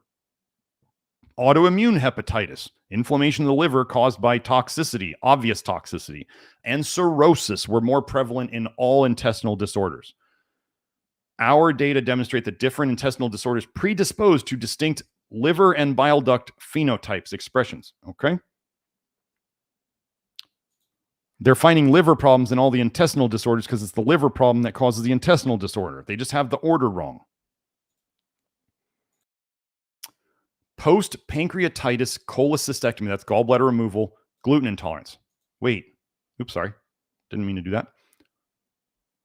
Pancreatitis. So if you don't know, the bile ducts, one of the bile ducts has a branch off the common bile duct that goes to the pancreas. So you can have bile backflow right up to the pancreas and cause pancreatitis, which I showed in the diabetes live stream. And if they remove the gallbladder, cholecystectomy, do you think they could maybe puncture holes in the system so you'd leak? Cause other damage to the system? How would you get gluten intolerance after a surgery? So this patient had an acute bout of pancreatitis following ERCP, I forget what that is, for cholelithiasis, bile, following a ductal stone. So she had a bile duct stone and subsequent cholecystectomy, removal of her gallbladder. On implementation of a simple gluten and lactose exclusion diet, she recovered to her pre-morbid state, and trials of gluten challenge triggered flares of symptoms. She got gluten intolerant from a surgery. Gosh, what do they give you in surgery? A bunch of drugs? Stress your system? Toxins. We went over toxin exposure earlier. So now a prospective pilot study of a gluten-free diet for primary sclerosing cholangitis. So sclerosing is like scarring. I'm just going to get the definition of cholangitis for you guys so you can see it. Inflammation of the bile duct. There you go. Primary scarring, basically, hardening, calcifying, scarring, bile duct inflammation, and associated colitis. Primary sclerosing cholangitis is a progressive bile duct disease associated with inflammatory bowel disease. I want to show you when they did a gluten-free diet, they wanted to investigate whether patients with this benefit from a gluten-free and amylase trypsin inhibitor-free diet. What happened? I want to show you, okay, I'm using this study to kind of show you how parts of the process can improve, like where people were saying my symptoms were improving or all these things went away and I still couldn't eat gluten. And then I went a bit longer and then I could eat gluten. Okay. However, the expression of pro-inflammatory mucosal cytokines, and this is after the gluten-free and the amylase and that diet. However, the expression of, actually, let me say this first. They're saying the study did not meet its primary outcome. They wanted the endoscopic score and the liver stiffness, which was their cholestasis marker. It remained unchanged. Okay, so they're saying this part didn't change. It wasn't fixed yet. But what's happening in the background? However, the expression of pro-inflammatory mucosal cytokines and chemokines, such as were significantly downregulated. So inflammation had gone down. 2 critical markers of liver fibrosis, scarring, cirrhosis on its way, and matrix remodeling, thrombospondin 2 and 4, decreased significantly.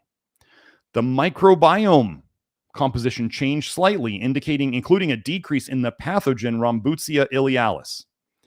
The intestinal transcriptome indicated a gut barrier improvement, less leaky gut. So you're seeing all these improvements, and they're saying these didn't change because that's what they wanted. That's what they were after, which sounds kind of weird because the study shouldn't be after doing something. And they're saying some of these other symptoms did not improve. Okay. But they're seeing the beginnings of improvement. This is why I tell people, like, don't think you get on the Love Your Liver program and you can just eat whatever, you can just go back to eating gluten because other people on the program are eating it. It comes with time. If they did this longer, they'd likely see these symptoms improve, and then they'd also see these symptoms improve, but they just hadn't done it long enough. 8 weeks. Oh my gosh. 8 weeks. We haven't fixed everything in 8 weeks. No, forget, you're not fixing everything in 8 weeks. I'm sorry. If you want to do this work, you better get patient. We have the fix. It does take time. Another one, adult celiac disease and primary sclerosing cholangitis, 2 case reports. The gluten-free diet ameliorated the index of cholestasis. Why? Because they're dumping less bile. The patient did not follow the gluten-free diet and was again admitted to our department 6 years later with symptoms of cholestasis. They started dumping more bile. Caused them problems again. Celiac. So let's get 3 things now. Celiac disease, primary biliary cirrhosis, and Helicobacter pylori infection, H. pylori. 1 link for 3 diseases. What goes back up into your stomach to cause ulcers? Bile. Liver disease long-term, cirrhosis. Celiac disease, a liver problem and a bile problem. So the association between celiac disease and primary biliary cirrhosis has been reported in the literature. How many more gallbladder and liver and pancreas things do we need to connect here? Recent epidemiological studies showed an increased prevalence of celiac disease in patients with primary biliary cirrhosis and vice versa. Wow, vice versa, they're connected. Primary biliary cirrhosis, autoimmune, toxicity. So I want to show you how they changed the recipe of the bile here, and they changed the disease presentation. We report a case of a 36-year-old woman with diagnosis of celiac disease, primary biliary cirrhosis, and H. pylori infection. Strict adherence to a gluten-free diet associated to ursodeoxycholic acid administration. So they gave her the pharma cartel bile acid called UDCA, which is only 1 taurine different than TUDCA. And eradication treatment for H. pylori infection, they probably gave her that triple antibiotic therapy that they do for H. pylori, led to a marked improvement of clinical status. Our experience supports the pathogenetic role, the disease creation role of increased intestinal permeability in the course of celiac disease and H. pylori infection to induce primary biliary cirrhosis. That's not the order. Future studies are needed to clarify this link too, and in particular, the role played by abnormal intestinal permeability and infectious agents in the pathogenesis of primary biliary cirrhosis. The liver's not keeping up. The liver is damaged. The liver is injured. It's making toxic bile. The toxic bile is causing the leaky gut. The toxic bile is going back up into the stomach, eating holes in the stomach that then you see what they call H. pylori growing on it. And celiac disease is basically the dissolving of the gut lining due to the toxic bile. That's what links all these things. Go watch my GERD and reflux episode. Okay, this is one of the great ones. Anytime you see the word unmasks, it's just hilarious. Unmasks. Liver failure unmasks celiac disease.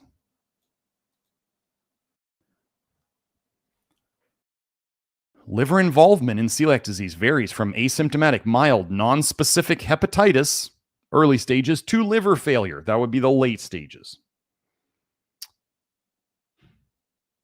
I don't want to go through all of this. At 3 months of doing the UDCA gluten-free diet for life and a steroid that was tapered over 3 months, liver function tests completely normalized. Celiac disease is a potentially treatable cause of liver failure, or liver failure can cause celiac disease.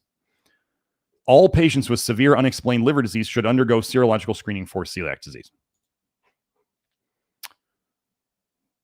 Another one, primary biliary cirrhosis and celiac disease, an association. Are you now look at how old these papers are. They don't even want to talk about these papers anymore. 78.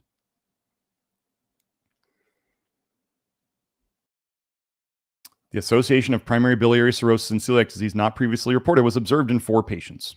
All the patients responded to a gluten-free diet and remained well 2 years later. They are postponing it.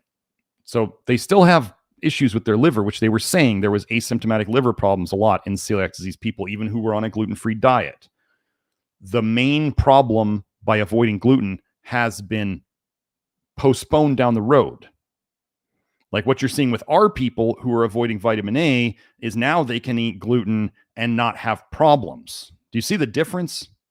One is avoiding something for life, hoping that it's not going to cause you problems because the toxic bile is the problem, and they're not fixing that. And our people are fixing the toxic bile, and the problem is disappearing. The actual root cause of the problem is disappearing. Celiac disease should be considered as a possible cause of unexplained weight loss in primary biliary cirrhosis. Do you know we have a person with lab-tested complete resolution of liver cirrhosis? Actually, it was PBC. She has PBC. She had PBC, primary biliary cirrhosis. We now see Grant and some others. We have full resolution. They have full resolution of chronic kidney disease. We now have resolution of cirrhosis. We see people resolving tested celiac disease. And there's still people out there trying to say that we're not doing the right thing. What a bunch of delusional jokers is what they are. Okay, development of clinical celiac disease after pancreatoduodenectomy. So they took out part of their gut and their, I don't know what the pancreatic, is that the connection? I don't know. Let me look that up. Let me make sure I know pancreato. I want to know what part they're removing.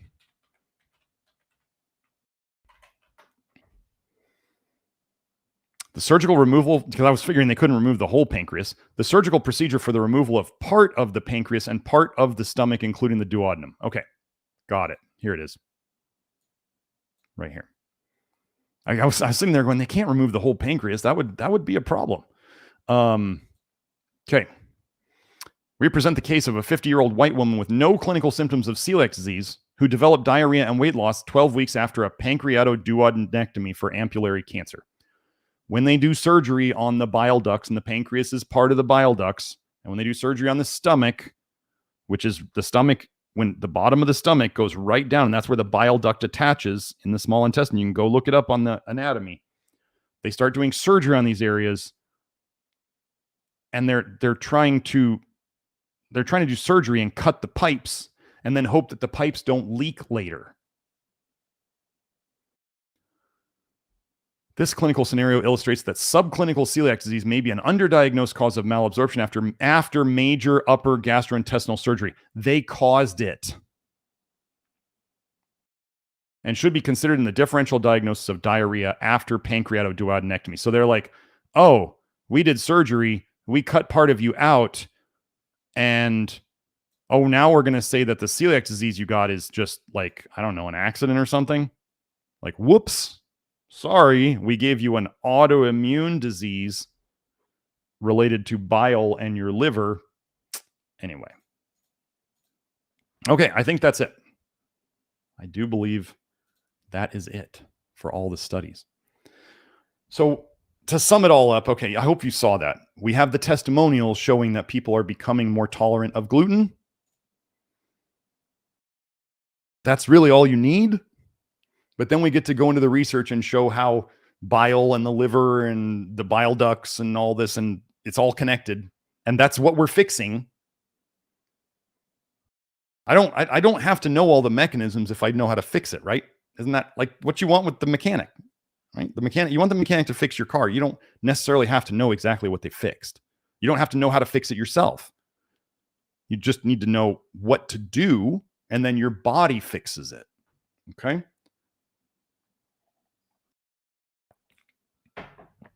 That's what we're trying to do. I'm not going to give people UDCA to fix. If you look at the side effects long-term of UDCA, it's bad. It's bad. It's really bad. You don't give a secondary bile acid to try to fix things. So let's get into the super chats. Okay. Joe, we can take off the share, or I'll do that. There we go. So we'll get into here. There we go.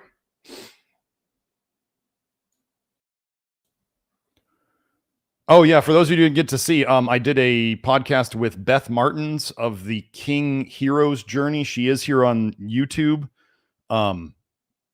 She's also at her website too. So we did 2.5 hours and she was enthralled and we had a really good time. And she asked me back for a part 2, which is cool. So we'll be doing a part 2 hopefully soon. Let's see.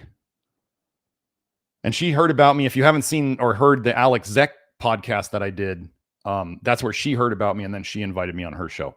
So yeah. And the first thing she says is, you were on Alex Zek, and that was a very controversial show. And I was like, yeah, that's kind of my thing.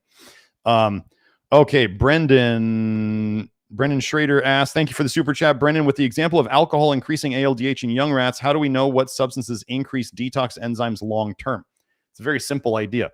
We don't look at short-term things, especially. Okay.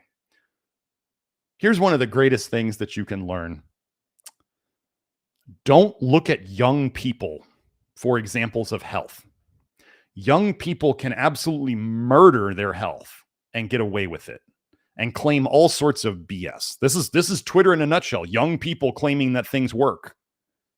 They're absolutely, I mean, I'm not trying to sound like an old FUD here, but really young people, many of you here know that you absolutely did the dumbest things when you were young. I did too.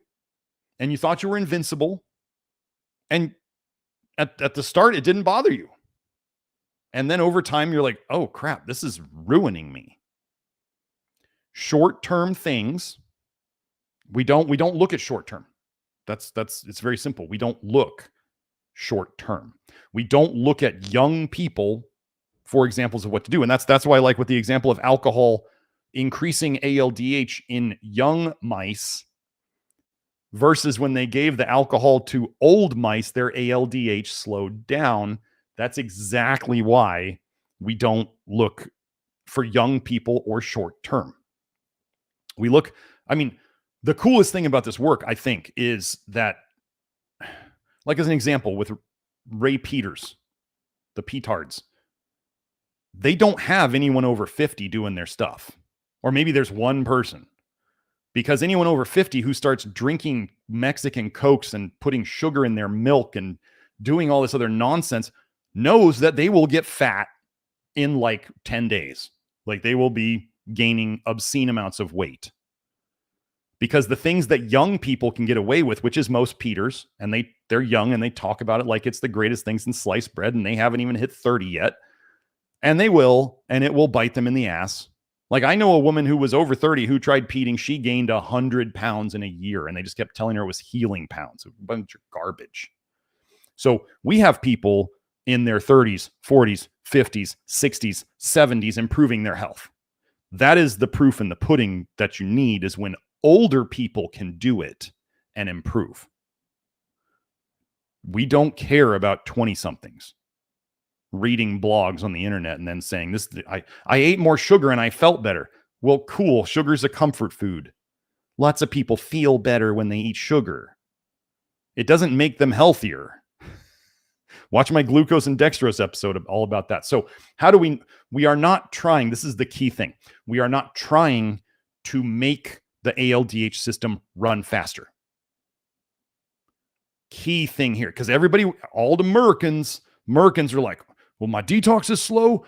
What can we do to make it run faster? Just put a turbocharger on that thing. No. Take the emergency brake off. Give it the right oil. Give it the right gas. Drive it normally so that you get lots of mileage out of it. Don't drag race it and then wonder why your engine sucks. Like we are not trying to, that's why we don't use that. What's that? Asian pear DMH or DHM or something like that. No, that speeds up ALDH. Okay. We had people on the program try it and they were like, this made me feel like hot garbage. I took one pill of that and I was so irritable. And we had other people on the program try it too. And they were like, this is not good. And I'm like, no, it is absolutely not good. It's horrible. Things that speed up your ALDH immediately are generally toxic. And your body is speeding up the ALDH to compensate. So we don't look for those things. We make sure the ALDH system gets the flush niacin it needs. We make sure it gets the selenium that it needs. We make sure it gets the molybdenum that it needs. Molybdenum also is needed to run aldehyde oxidase, another aldehyde detox pathway. So we want to give it, think of it as the parts. It needs the parts to run. That's the selenium and the molybdenum. It needs the gas to run. That's the flush niacin. And we give it these things to run. And then we also don't strain it by putting in more aldehydes. Like the quickest way to slow down your ALDH, take in more aldehydes. Young mice, they can compensate. Their ALDH goes up. Old mice, they can't compensate anymore. Their ALDH goes down. Putting more aldehydes in the system, putting more things that you have to detox into the system slows it down over time. It uses it up. So that's why everybody out there is going to be searching, or they'll be like with the bile dumping, they'll be like, but fat increases bile dumping. So I'm going to eat a ton of fat and detox really fast. Why are you dumping the bile? To help you absorb the fat. How do you think bile gets absorbed? Bile and the fat go back in together. So you're actually increasing your reabsorption of bile by doing a high-fat diet. You're increasing the recirculation and the reabsorption of your bile by doing a high-fat diet. This is where, with the knowledge and the experience that we have gained over these 6 years of doing this now, we've made the mistakes and the jumps in logic that we tried them out. They didn't work. I mean, you have to realize that I read, before I knew about cholestasis and toxic leaky bile, in the research, it shows that when you drink alcohol, you can see blood vitamin A go up. People are still using this study and then drinking alcohol purposely. Okay. I read this paper and I thought back at the time, maybe alcohol then helps detox the liver of vitamin A faster. So probably for about 6 months, I was doing what I thought was medicinal. I was measuring out a shot in the morning and measuring out a shot at night because I thought I was testing it out. See, is this medicinal? Is it going to get rid of the vitamin A toxicity faster? It probably set me back a year. Because why is the vitamin A going up in the blood? Well, I do believe that alcohol causes you to dump more bile because it's toxic. And then if you have cholestasis, toxic leaky bile, the bile has vitamin A in it. It leaks into the blood either from your liver directly or through leaky gut. And you would then have vitamin A increase in your blood because you are dumping bile that is toxic and it is leaking into your blood. You're making the problem worse. Everybody, the research is pretty clear on alcohol worsens liver injury. But because I misread the research at one point, did I push everybody on the program to do this? No, I never talked about this to anybody on the program. Because I was like, this is kind of out there. I'm not going to be going and advising drinking alcohol as a part of detox until I know it works. One of the things about a lot of people on Twitter, even in the low vitamin A communities, they're talking about the stuff they're doing right now. And people then read it and they go, well, you're doing it, so I'm going to follow it. And I go, no, this is not how to do it. You need to wait. You need to see if the responsible thing to do is to wait and see if it works before you go and push it out there, because people will do what the leaders say. And so what am I telling you? That the alcohol experiment was the dumbest thing I did. Grant at one point talked about alcohol may, what did he say?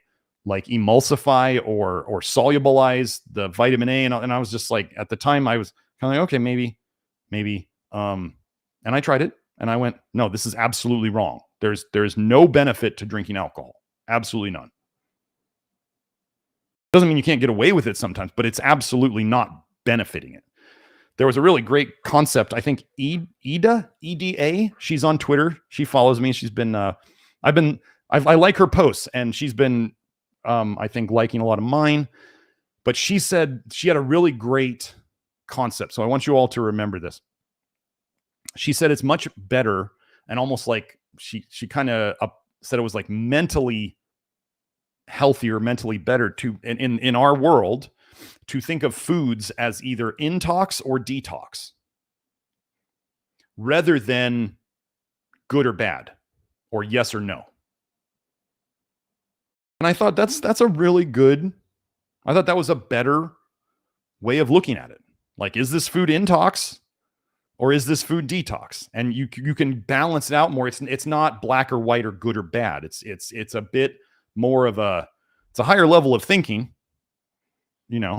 which is what we tend to do around here. So I really like that. So if you guys want to use that, the intox versus detox and the balance of it, right? Then you can use that. So anyway, Will, I might be talking about you. There's other people out there talking about things who they put them out there as soon as they're doing them. And I appreciate the transparency. I absolutely appreciate the transparency that you guys are doing. And the higher up in the arena you get, the people start doing what you're doing right away. So I just tend to wait. Like even with the new fiber I've been experimenting with, I'm not talking a lot about it out on the internet because I want to see how strong it is. Because if it's really strong like lactoferrin, I got to be careful when I talk about it because I'm not just going to go tell everybody to take it. Because I take a lot of responsibility for people, and because I have skin in the game, which is very different from most of the other talking heads on the internet. I have people who depend on me and people who, if they listen to just everything I say, they could hurt themselves. So anyway, Will, you're doing a good job. I appreciate your experimentation. Just maybe don't tell people right when you're doing it. Give it a little time. So yeah. So Brennan is just, how do we know what substances increase detox the long term? First of all, you look at long term. You must look up long-term research. You must pay attention to anecdotes and testimonials on the internet of people saying, like, I took milk thistle for 20 years and then I got liver cirrhosis. Milk thistle long-term is bad. If it's an herb and they say it does something short-term, you assume duration paradox and it's going to do the exact opposite of that long-term. That's one of the things we do. If it's an herb is basically a weak drug. So if you think of herbs in that way, like medicinal herbs or medicinal spices, you'll be much better off. But yeah, if you go and start looking up long-term stuff and you look up milk thistle and you see that it inhibits detox enzymes.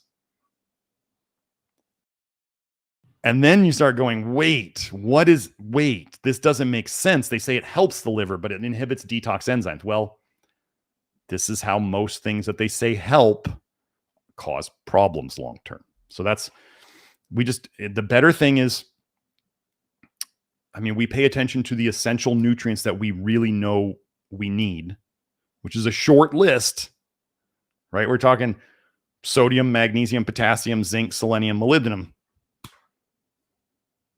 We don't overdo them. We just try to stay in a really good zone with them. If you're testing, then you know. If you're not testing, then you're guessing. So, but yeah, that's then we get into the flesh niacin, and that's basically most of the essential nutrients that we use, and all those help with the detox machinery. So, other than that, we don't try to force things. Most of the time, honestly, we are trying to slow people down. Most people try to push these things too fast. So, okay. Next one, Christine. Thank you for the super chat, Christine. Advice for someone male after cardiac stent surgery with elevated troponin levels. Wow. So again, the troponin is not something that I obsess on. I haven't done a lot of research on, so I don't tend to do that. I don't look at troponin as, I would say there's stuff going on. Okay. Heart surgery, they just gave him a bunch of meds, cut him open, depending upon what type of surgery, how they went in there. A stent, they're going in, they're doing the tube up the blood vessel. I forget the name of it right now, but anyway, they're doing that. And the reality is anytime they put in something foreign in our bodies are then devoting energy to fighting it, to attacking it, to scarring it over, to covering it up, to locking it into a sack or whatever, so that these things are not coming into the system. Post-surgery, I mean, the whole thing would just be obviously the Love Your Liver program, doing the basics of that. There would be, when we're talking heart stuff, I generally do tend to think a lot of magnesium. I think more about magnesium, topical magnesium, especially over the area. Whether you want to do, if you can't do it on the chest, you do it on the back. But if it was, if you can do it right over the chest, magnesium on the front of the chest and the back of the chest, potassium is very good for the heart in general, as long as you're not overdoing it. You could do certain things for post-surgical, if you're healing afterwards, you can look into Traumeal or T relief as just kind of general traumatic event healing helpers. They are homeopathics that help a lot with that stuff. You could look into serapeptase, serratio-peptidase. I use that personally. If I ever have something where I'm doing something where, if it was a surgery or something invasive, yeah, I'm doing serapeptase high dose after it. I personally use the Arthur Andrews stuff. But it's rare that I have it around because I don't get surgeries. But yeah, that would be one thing. I've seen people have lots less scarring after surgery when they use, as soon as you're home from the surgery, you start the serapeptase. As soon. So but I would definitely get on the magnesium. I would get tested, because zinc is going to be a big part of healing. Selenium, these are things, all the things that we do, flush niacin. If he has heart disease, he's got a niacin problem. He's got a flush niacin deficiency for sure. So, oh yeah, Zendog Breath brought up topical zinc cream for scars too, whether that's like zinc oxide, like the rash cream, baby butt rash cream kind of thing with like few ingredients as possible, or there's Kelsey's zinc nicotinate, which is not available right now. But I'm working on helping her to make that available through my store. So we're working on those things. But that's what I got.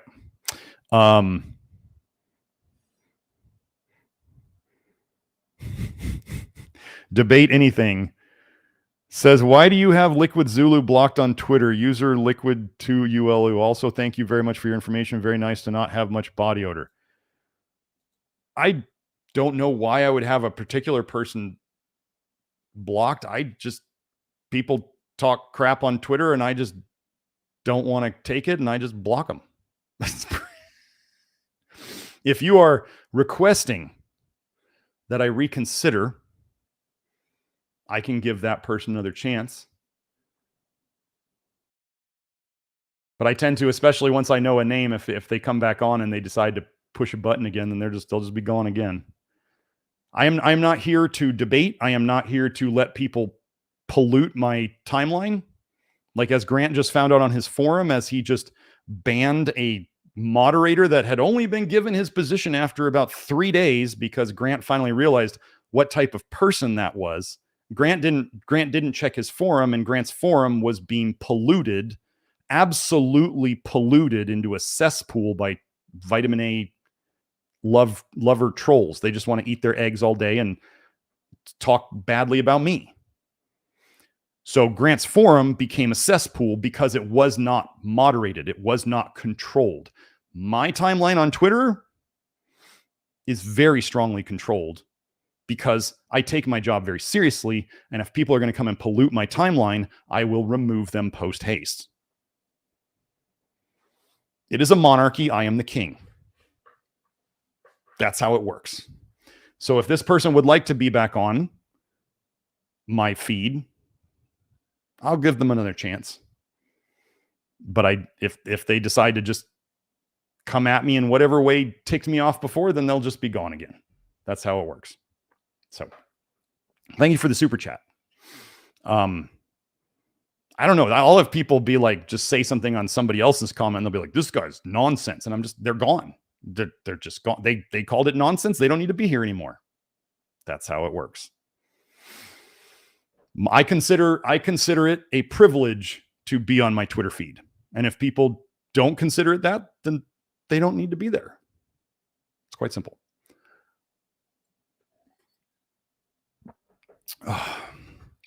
But yes, glad it's been helping you with the body odor. But yeah,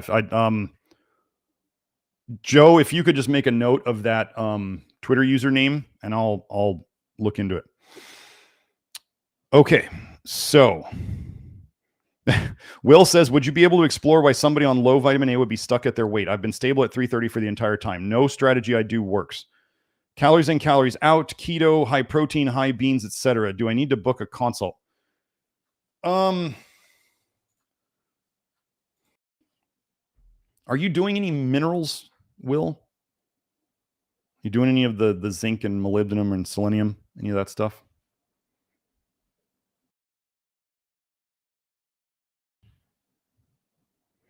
He's a YouTuber. Oh, interesting. If he's made YouTube's disparaging me, then it wouldn't be surprising why he's not there. Or if he just decided to say that low vitamin A is BS, then, you know, yeah.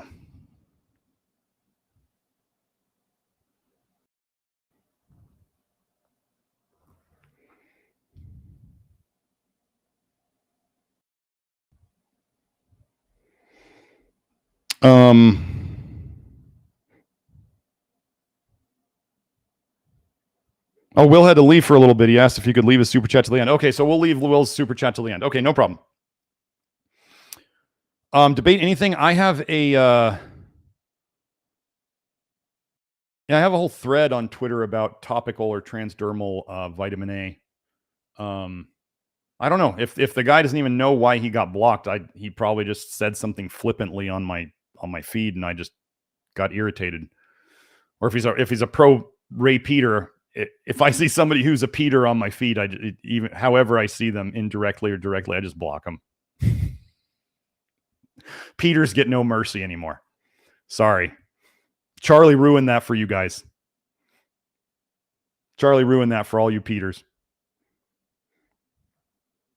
Christine said, thank you, Dr. Smith. You are welcome. Let me see. I'm trying to find the next one. Okay. So we'll come back to Will's. Brendan asks, if a substance causes an either or effect, what is more important, increasing detox enzyme activity or bile dumping?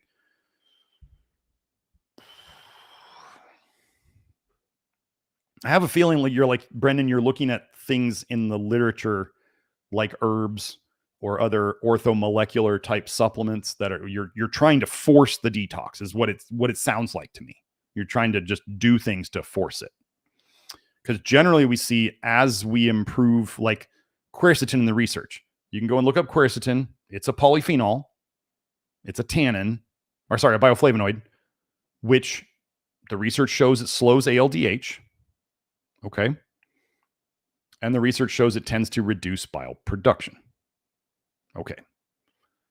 So you may see short-term studies where they say it does the opposite of these things, but long-term studies, that's really what it does. So they tend to go together.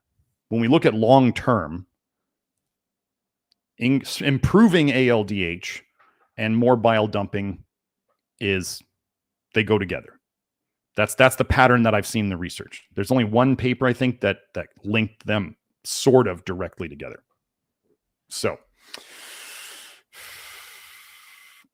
things that short-term increase detox activity, like that DHM or whatever that Asian pear thing, are generally toxins.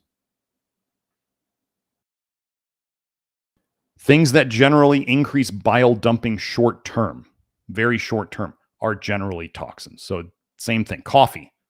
Coffee induces bile dumping. Coffee is full of polyphenols. Coffee is toxic. It's bitter. That's how it tells you. So a lot of these things we just, I want to help you, Brendan, to get into the idea here is that we don't, as people get better, as we help people to become less toxic, their detox system runs faster. We have tons of people who say that their alcohol tolerance, so they still choose to drink alcohol at times. People are still human. You can still go out and do that. How much you do it, it's like intox versus detox. Well, alcohol would be heavy on the intox, right? So, but there's people who say that drinking alcohol helps them poop. Drinking alcohol increases bile dumping in a lot of people because it's a toxin. The body goes, I want rid of this. So we have to look at things that aggressively, acutely increase detox enzymes or aggressively, acutely cause bile dumping as likely being toxins in and of themselves.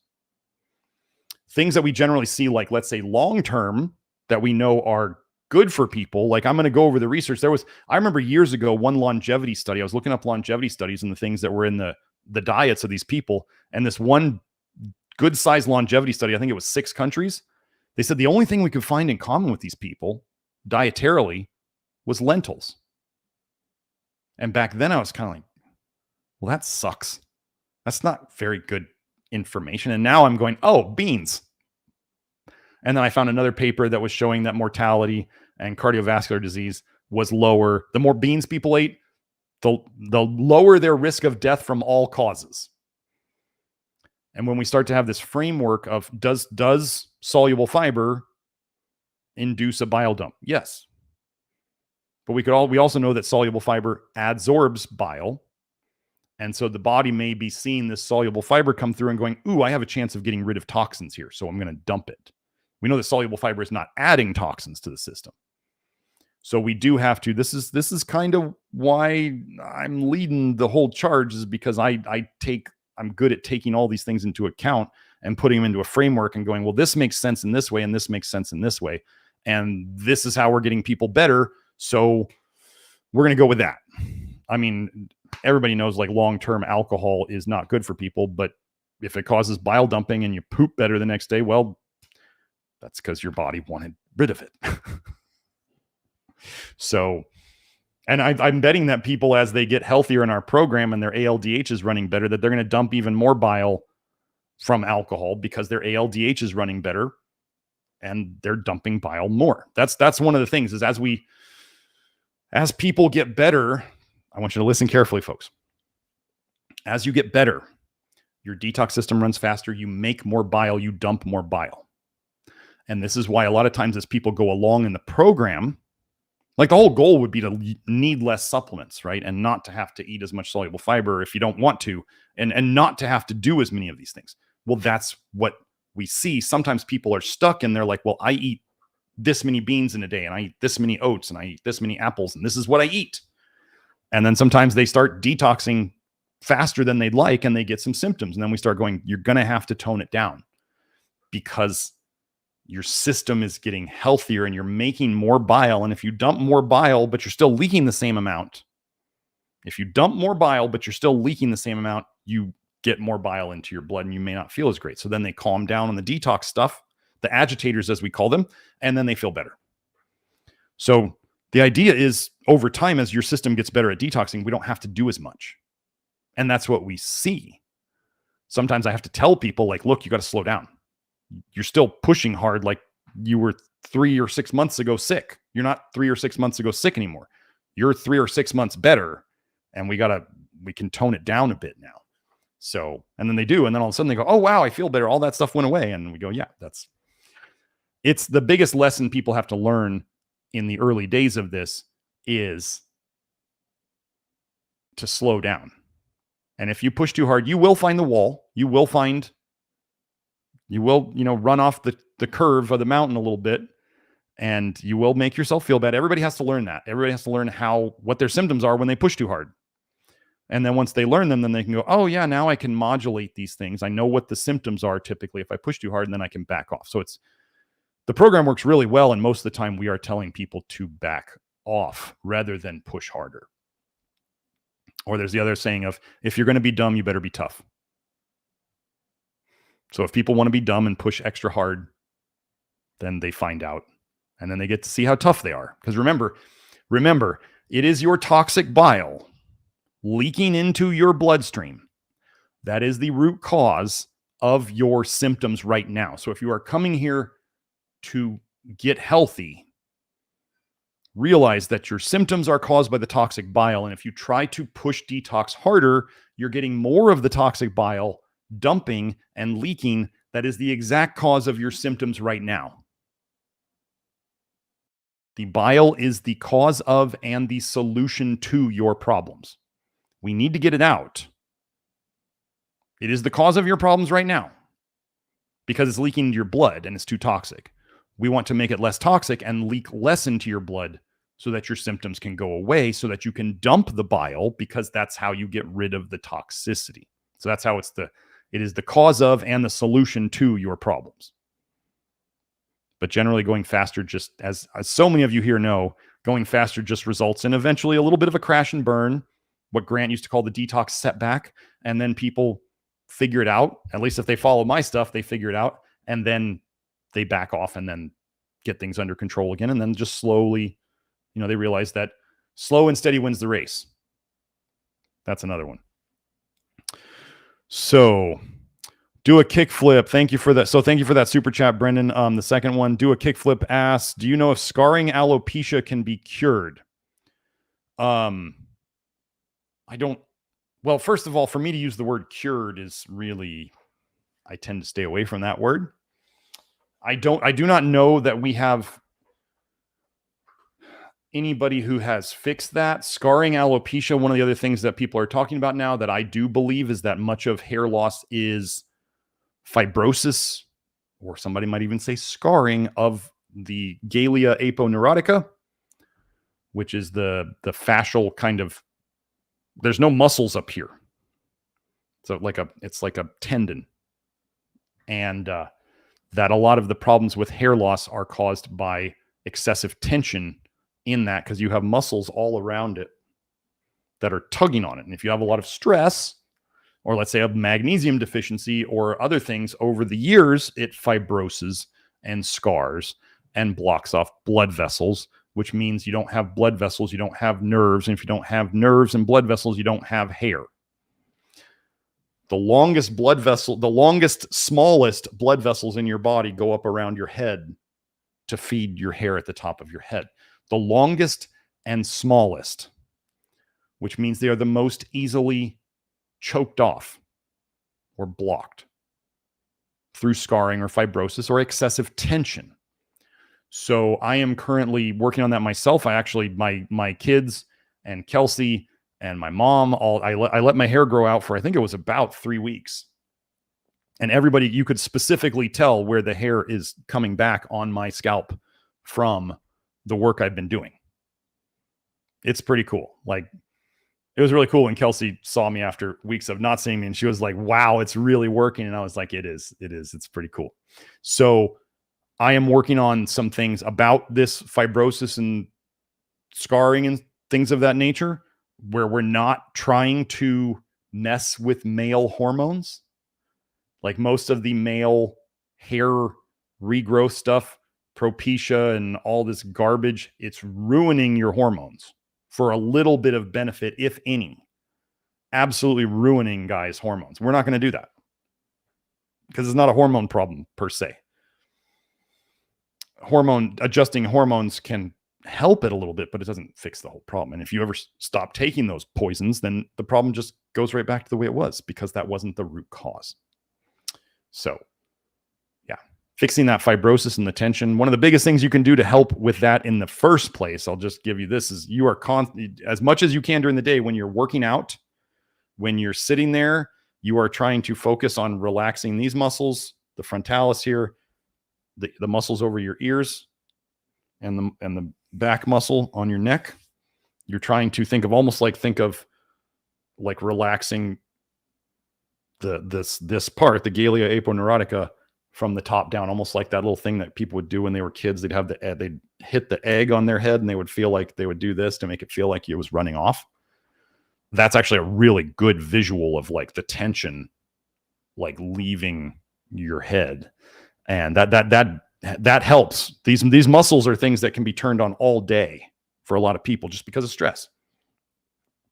And when you have muscles tense all the time, they get tight. And then you get lack of blood flow, right? I mean, a muscle tensed doesn't allow blood flow. And this doesn't have this has some of the worst blood flow in the body. So that's what we got. I don't know if it can be cured, but you're probably, between the stuff I'm working on with the hair and the program, that's probably your best shot long term. So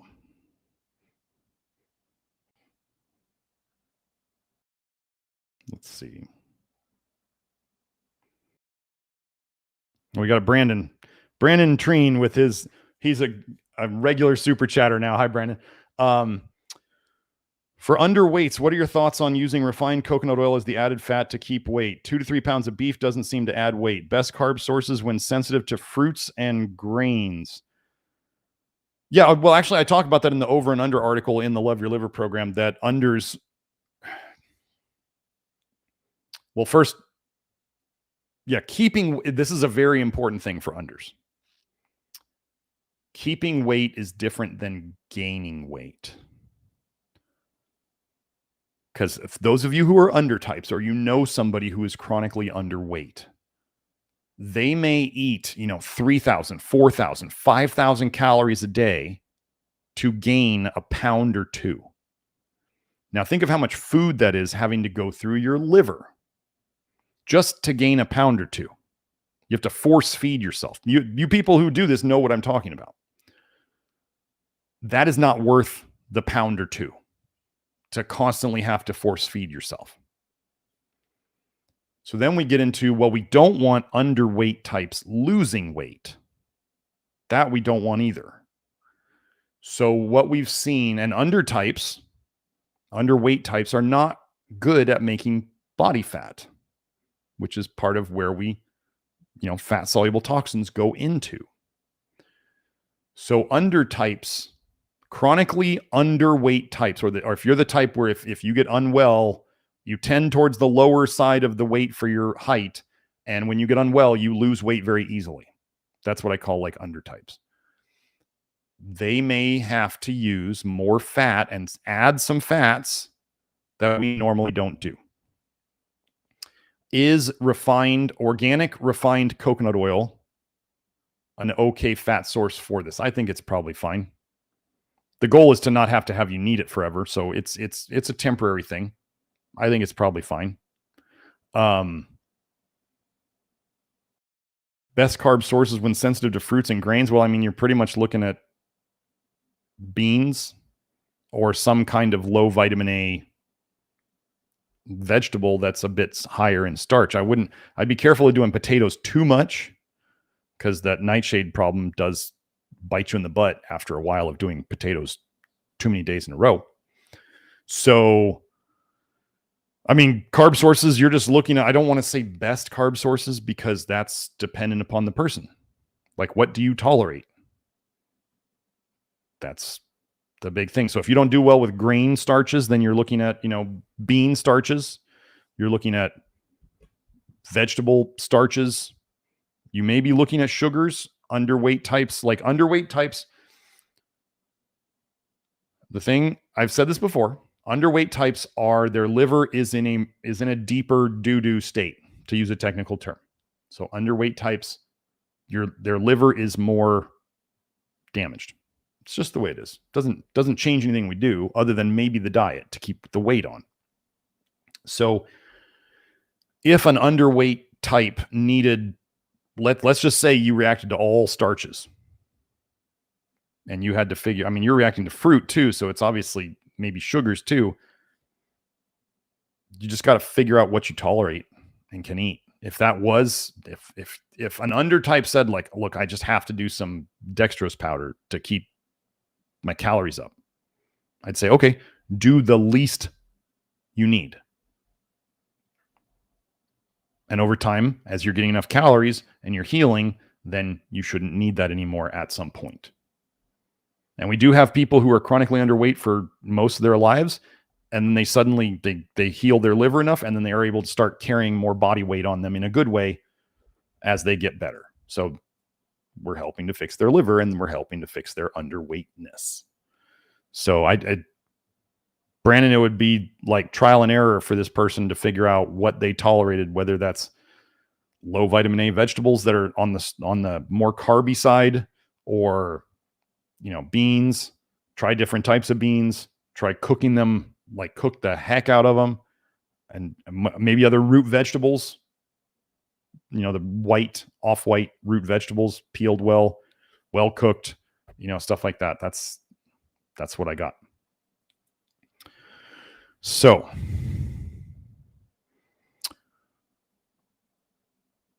Mina asks, can I make an episode on mast cell activation syndrome and histamine intolerance, please?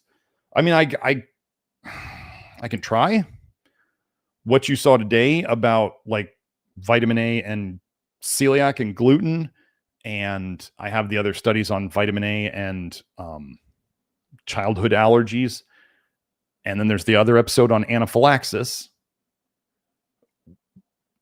I mean, you saw 2 of the celiac people in the testimonials today had histamine intolerance, and that's pretty much gone for them now.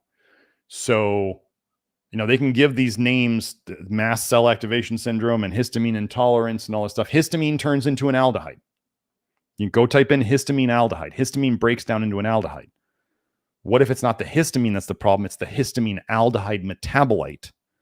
That's the problem, that your ALDH being slow isn't getting it through and turning it into something else. And so you're building up the histamine aldehyde byproduct. What if that's the problem with histamine intolerance? And it's not actually histamine, it's the breakdown product. But so this is where I could try to look into it, but with the general, as I go over each week, it's general principles and concepts that we are working on.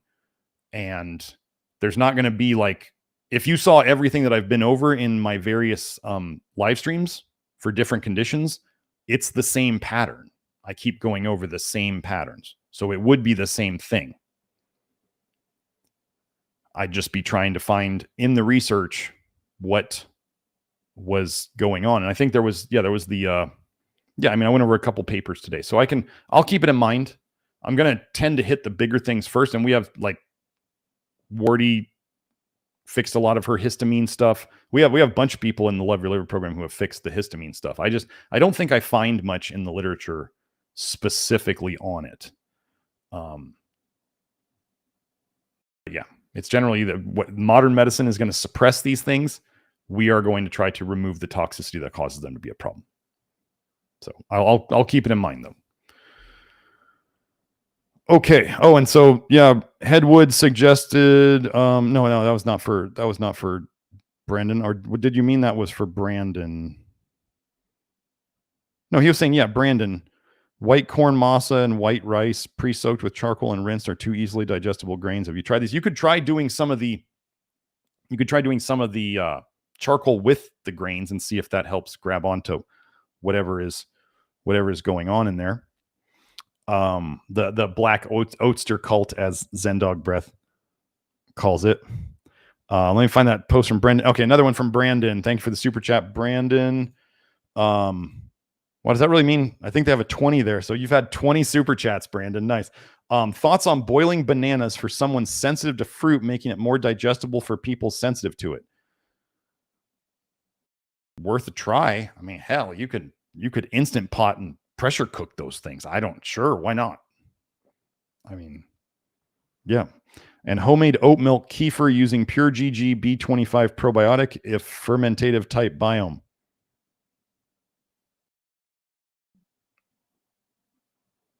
Sure. I would want you to know, I want that person to know if they tolerated that probiotic first before you go and start growing it in like oat milk kefir. I'm assuming it's homemade oat milk and not like store-bought garbage. But yeah, it would just, I'll tell you a funny story. I used to make kombucha when I was in the years out of school, homemade kombucha, and I'd make, whether it was green tea. I didn't make black tea. I think I made green tea or rooibos, right? Rooibos tea is red tea. It's full of vitamin A, full of carotenoids. And I would get a kombucha from the store. I'd buy one of those GTs, and that was like my seed. And I'd start making kombucha at home. And then what I did over time was I just kept adding probiotics to it. Like I would just put it in. And by the end, when I was making it, like the SCOBY was like leather. These things were hardy. They were not like jellyfish. They were like leather. And then I just kind of got tired of drinking and I stopped. I realized after a while I was drinking a lot of rooibos at my office. And I realized that I thought maybe I don't feel so great on this. And I stopped drinking and I felt better. So every time I've drank tea on a regular basis, whether it was herbal tea or regular tea, this is another reason, this is another way of how I came to this understanding of things. Every time I drank different teas and I was drinking them every day, sometimes that was most of the water I drank was various herbal teas. I always felt better when I quit. I was doing it trying to do like I was thinking like, oh, it's from plants, so it's got electrolytes in it, and it's got vitamins and minerals and all the crap that we all tell ourselves, right? And then I stopped drinking and I felt better. Kind of like when I gave up liver and I felt better. But yeah, you could try that out. I see no problem with it. And if cooking things makes them more digestible, like bananas, sure, go for it. See if, as bananas ripen, as they get more brown, they do make more formaldehyde in them. That's why nobody eats fully brown bananas. And that's why we cook them in banana bread, is to cook off the formaldehyde. And that's why you can eat banana bread and not have an upset stomach. But if you eat the brown banana, you get an upset stomach. It's the formaldehyde. So eat your bananas more towards the green side. It doesn't mean eat green bananas. It means more towards the green rather than more towards the brown. So yellow's best, but I'll still eat them if they're starting to brown just a little bit. And then you save them for banana bread if you want. If you tolerate gluten or what you want to make banana bread, then that's that. So I do have a weakness for banana bread. I like bananas, can I say? So, okay, Yaxon says, thoughts on zeolite? Well, considering that I went to visit Kelsey and we drove 9 hours to the zeolite mine in Idaho, and we picked up 1,700 pounds of zeolite, and we drove it back to her house, and she's going to start working on making some zeolite products. We are getting into that now. Now, the difference between what Kelsey does and what everybody else does is Kelsey will be doing processes to it that both it gets any old toxic metals that were out. So you have to remember, zeolite's out in nature, right? And there's toxic metals out in nature, and zeolite grabs onto toxic metals. So zeolite on its natural state can have toxic metals in it. That doesn't mean you're going to absorb them from it. It means that it does have toxic metals in it. So that spot, that adsorption spot, is taken. If the zeolite were to come across anything in your system that was more toxic than what it already has in it, it could kick out the less toxic thing and put the more toxic thing in. This is how it works, the electrostatic attraction that it has. So it can exchange less bad things for more bad things. But still, it kicks out the thing that was bad there to begin with. So Kelsey is going to clean, as she calls it, the zeolite, which is in the research. The processes are in the research on how to do this. The zeolite that we got out of 14 different zeolite sources was the cleanest. She also does a process to make sure that she removes any of the broken zeolite cages so that there's no free aluminum floating around in zeolite. It's not a big deal for most zeolite, but nobody wants to. I don't want anybody to be taking in more aluminum than they need. And then she actually there's a process which also helps to get the toxic metals out of it, where you get it to absorb magnesium. So it's got a bunch of magnesium in it. So as it goes through your system, almost anything it comes across is going to be worse than magnesium. So it loses the magnesium into your system, and then it puts the more toxic element in the zeolite. So I don't zeolite is generally better than not. But what we're going to be doing is we're going to be making absolutely the best zeolite on the market, because it will be the cleanest. There will be no free aluminum, and it will be impregnated with magnesium. So it'll be both fixing toxicity and fixing deficiency at the same time. Now, I know I've said oral magnesium does not help that much, and it's not going to be causing anybody diarrhea. There's not going to be that much magnesium in it. But it's oral magnesium. So however it's absorbed, it'll be absorbed. So that's my thoughts on zeolite.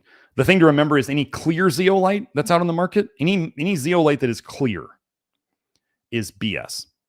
There's like 20 micrograms of zeolite in it. Zeolite in water cannot and will not ever be clear in decent amounts.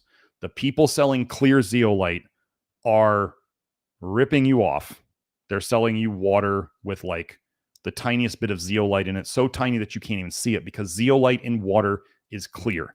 The other thing that they're saying is they're saying they have this clear zeolite, and yet they're using the research of normal zeolite to back up the use of their supposedly clear zeolite that has like almost none of it in the water. And Kelsey did the testing on it to show that there was hardly any zeolite in there. So yeah, don't buy clear zeolite. That's a fraud. Or if you ask them how much zeolite is in it, you may get the answer, and it'll be really low. Since I'm a fan of lactoferrin, what do I think of buttermilk? Organic, 0% fat, acidophilus bifidus.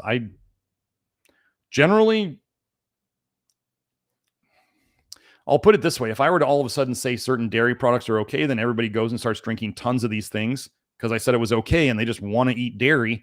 And then they come back and they're like, oh, Dr. Smith, I was drinking so much buttermilk and I caused myself problems because you said it was okay. So I don't say these things are okay, because then people abuse it. People take that, give them an inch, they'll take a mile. This is why some people are like, why are you so black and white on things? I'm like, because you don't deal with people like I do. And you give them an inch and they will take a mile. And then they'll come back and they'll be like, but I was just doing what you said. And I'm like, that's not what I said. You just left out 5 paragraphs of what I said around it, all for the thing of like, oh, you can have buttermilk. I'm not, dairy is generally a problem. People overdo dairy all the time, just like the testimonial where he was doing the raw dairy and the Weston A. Pricers and all this, tons of people get on the program and they're like, but I just want to keep this dairy. And you go, well, let me know when you're not making progress, and then take the dairy out. And then they eventually come to me and they're not making progress. And I go, they say it's the dairy, isn't it? I go, yeah, probably. And then they get it out and then they start making progress. So if somebody wants to do a cultured source of dairy and they're doing it for the probiotics, I want you all to understand this about probiotics. Like it was said that, I remember seeing it once said that it was a forkful of sauerkraut is worth like 20 probiotic pills. Okay, 20 probiotic pills sounds like a lot, right? That is a lot. So why are people eating bowls of sauerkraut? Why don't you just take a bite of it? You got 20 probiotic pills there. Is taking 600 probiotic pills at once do we think that would be good? No, I don't think that would be good. So if somebody wanted to do kefir, they're like, oh, Dr. Smith, I buy this kefir at the store and it's organic and I love it, and can I have it? If you, and they're like, but my gut feels so much better with it. I say, just take a swig of it. Done. You just got like 20 probiotic pills. That's all you should need.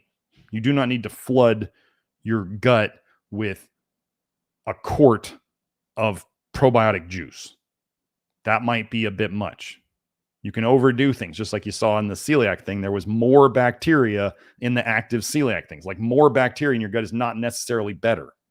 That's why they call it small intestinal bacterial overgrowth, right? There's too many. So if you felt better with buttermilk, a swig of it a day is enough. And then you avoid getting too much vitamin A and too much vitamin D and too much calcium, and you get the probiotics that you're after. So we can get enough of the benefit and minimize the exposure to the things that we don't want. That's my take on drinkable dairy probiotic cultured things. So, I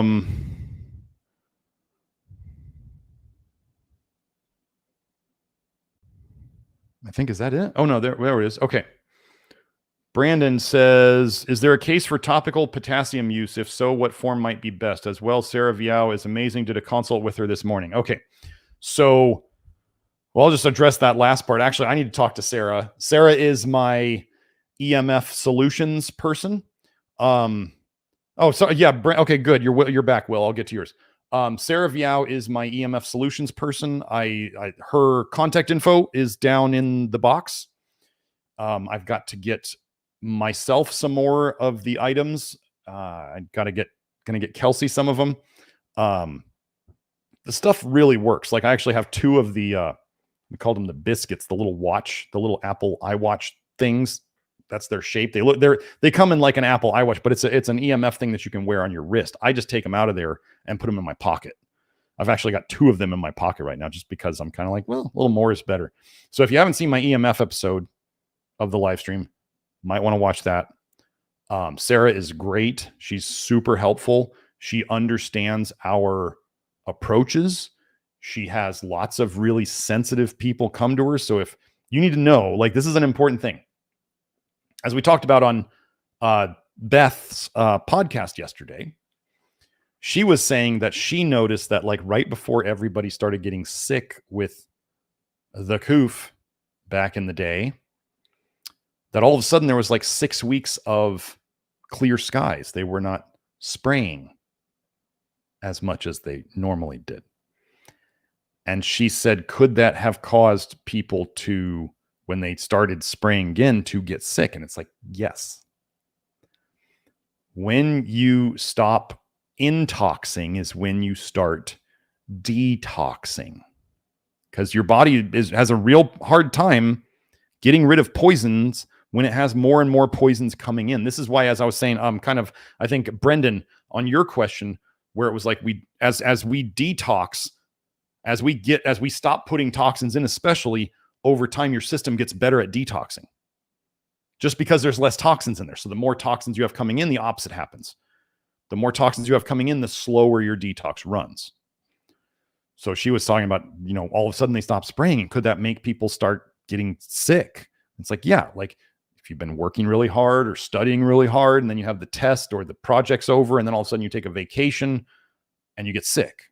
You're like, why didn't I get sick while I was studying so hard? Because your body was like suppressing detox due to the stress.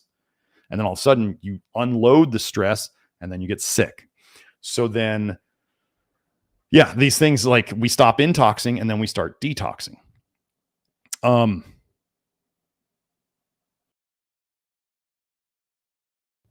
Sorry, let me see. Where was I going? Oh yeah. So anyway, so the EMF stuff, that's what I was talking about. The EMF stuff with Sarah. So sometimes, folks, if you go and you talk to Sarah, I mean, she's going to kind of ask you, like, how sick are you?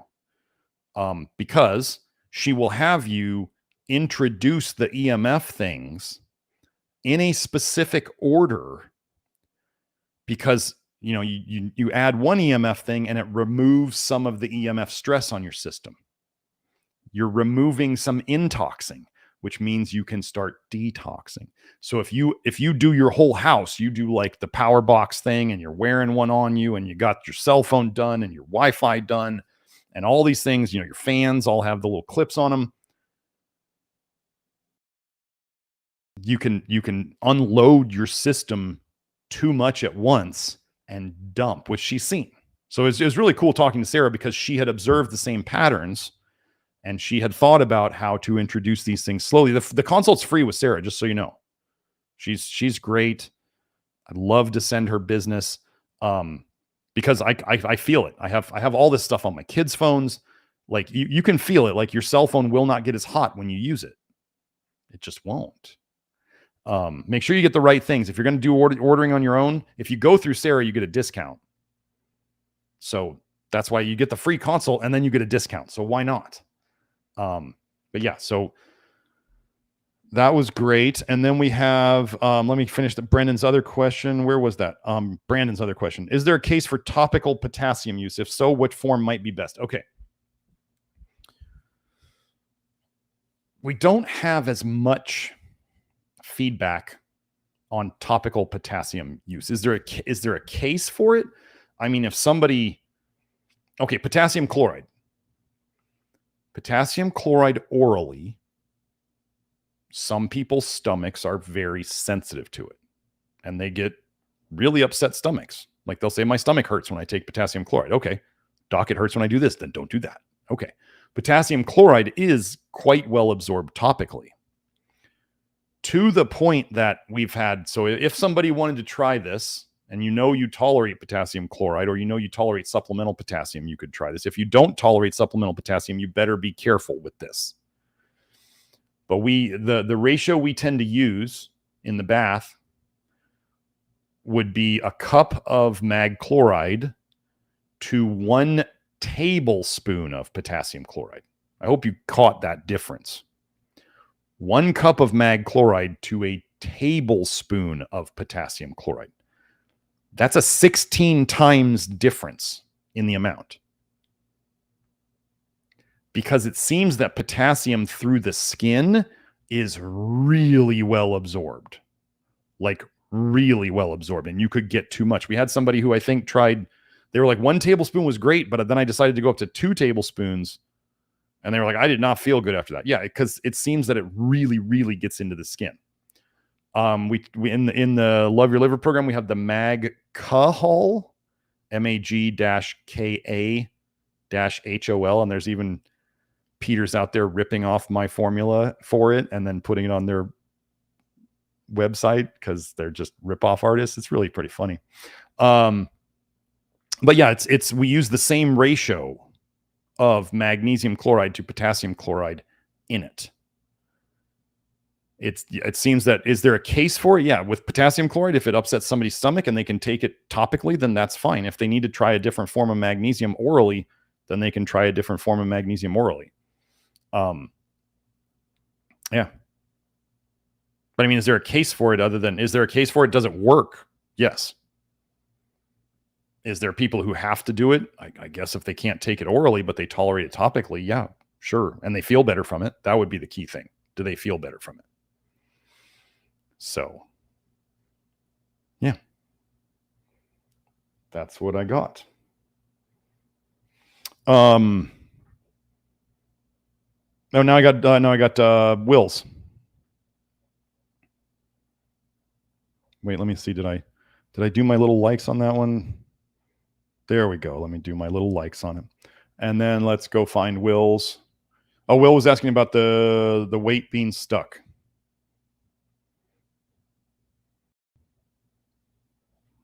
Wow, there's a lot of comments. Thank you for all the comments, folks. This is great. Would I be able to explore why somebody on low vitamin A would be stuck at their weight? I've been stable at 330 for the entire time. No strategy I do works.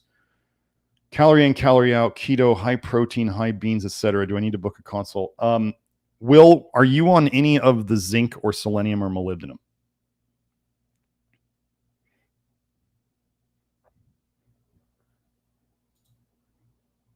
Oh, sorry, from before. Okay, so you did do zinc, moly, selenium, magnesium, potassium quite religiously, no change. Were you doing like just the standard doses? Like 30 milligrams zinc, 150 of selenium, 150 of molybdenum, moly B. Just a general idea of those. Because I think Will and I have talked, and Will has talked about this on his Twitter, that, Will, you were saying that like when your family moved into a house with all copper pipes, like everybody in your house started gaining weight, if I recall correctly. Can you confirm that?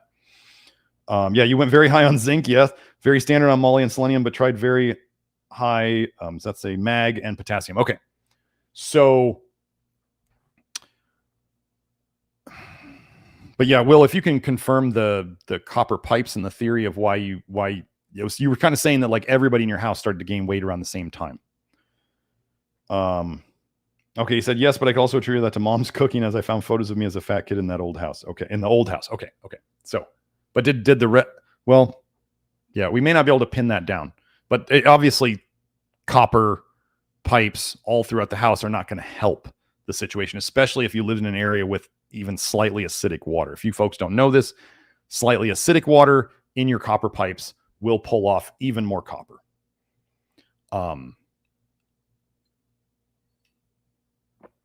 So, Dad started changing for the worse in the new house, but Will says he was unhealthy the whole time. Okay. I mean, with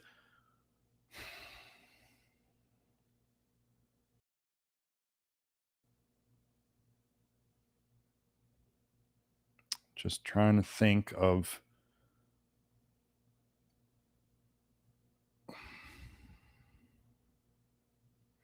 Well, we may want to, I mean, if we don't know about the supplements you tried, yes, you did do some high zinc, and yes, you were kind of one of the people I think who kicked their own butt with a little too much zinc, which I warn people about. And Will likes to test my statements sometimes. So, which is fine. I mean, people can test them. I always just warn people, like, yeah, if you get your butt kicked, I kind of warned you. So, and it's fine to test things. Like if you're okay with, being a scientist means you take the risks on yourself instead of putting them on other people. This is what ethical people do. Is we do it on our scientists first to do it. They have a theory and they do it to themselves, not to others. So, yeah, Hope's asking Will if there might be mold somewhere. That could be part of it. Especially, Will, if you ever notice, if you go somewhere else that's away from where you live or work on a regular basis and you feel better. This is a funny mold test for you guys. If you feel worse in your house or at your work and you go to other places for a couple days and you feel better, there's something in the house or at your work that is making you sick. I mean, it could be the people, but it could be the EMF, but it could also be mold. EMF and mold. Oh my gosh. Have I told you guys the story of the mold in my car? Like, I think there was mold in my AC system in my car. And I was reading the EMF solution stuff about mold and EMF. EMF makes mold grow more. Well, I got the EMF thing for my car, and I used to know that the mold was bothering me because I'd turn on the AC on recirculate and I'd get sleepy like within 5 minutes, like narcoleptic sleepy, like dangerously sleepy driving. And I got the EMF thing from Sarah for the car, put it in the car, let the car run for about a half hour. I was driving around for about a half hour, and then I turned the AC on recirculate and I didn't get that symptom ever again. So was it EMF? Was it mold? I mean, you could smell a little bit of the mold in the AC. So there was mold in there, and I don't smell that smell anymore. So anyway,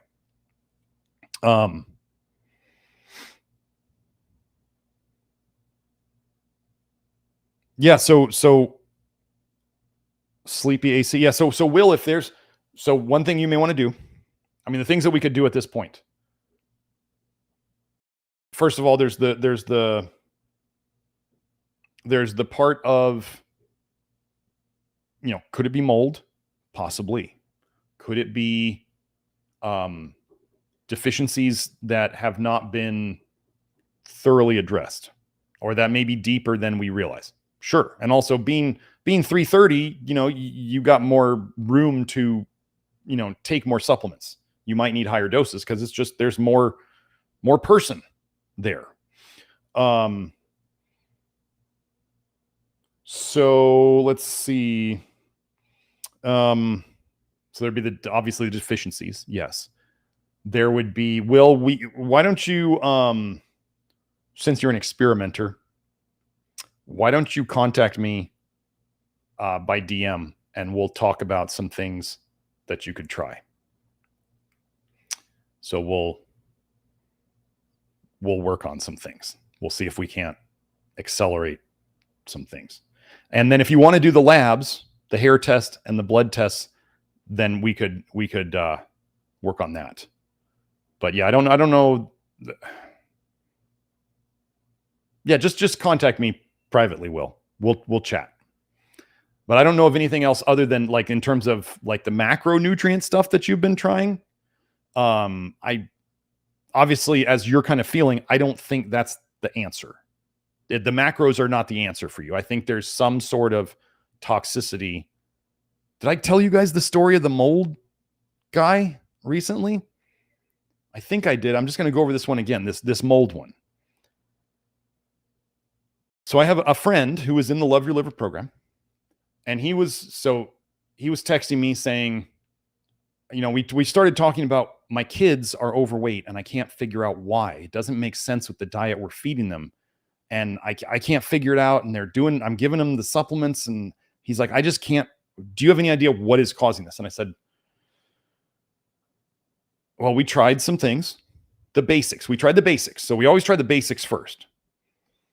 And I was like, and I come to realize he lives in farming area. I mean, he has a farm and he's surrounded by farmers spraying crap on their fields. And he's like, and the kids, he said, we don't filter the well water and the kids are bathing in that, multiple days a week.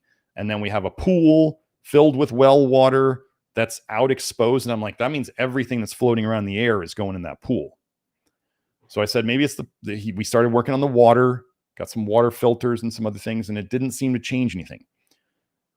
And then this gentleman gets in touch with me and he says, I'm like developing cysts under my skin, multiple places. And I'm like, I said, something's very wrong here. I told him this. I said, we have not figured out something yet. There is something very wrong here. Very wrong. This is not the program. I said, the good news here is you're not failing anything. There is something we have not addressed. There's something sneaking in here. And he then texts me one day and he goes, could this issue be mold? And I was like, yes. And why are you asking me this question now? And he goes, because we just found mold everywhere up in the ceiling. And he just said he's like, oh my God, this is going to cost me so much money to fix. And I was like, but I think you found the problem. I think you found the problem. Sarah just said she got cysts at her moldy house too. So I said, I'm like, this is really good news. I'm like, I'm sorry, you're going to have to pay a lot of money to fix your house, but I think you just found the problem. I think you found the problem for your kids. I think you found the problem for you. I think you're saving yourself thousands, if not tens of thousands, if not $100,000 in fixing your family's health in the future by finding this problem. So whenever there's something going on, I tend to look towards, is there a toxicity that's not being addressed? Mold is the hardest one. Okay, so Will says, since 2015, I've gotten really bad cysts on my legs, and the last year I started getting them on my armpits. So, and you were saying, Will, after the shower? Will said, whoa, what if every time I drop a couple pounds, it's because I didn't shower? I also developed cysts. I think, okay, so this is detective work. This is like why we're talking about this. This excites me. This is why I do this. This is fun. So there very well could be, okay, so think about this. Could it be what's in the water? Sure.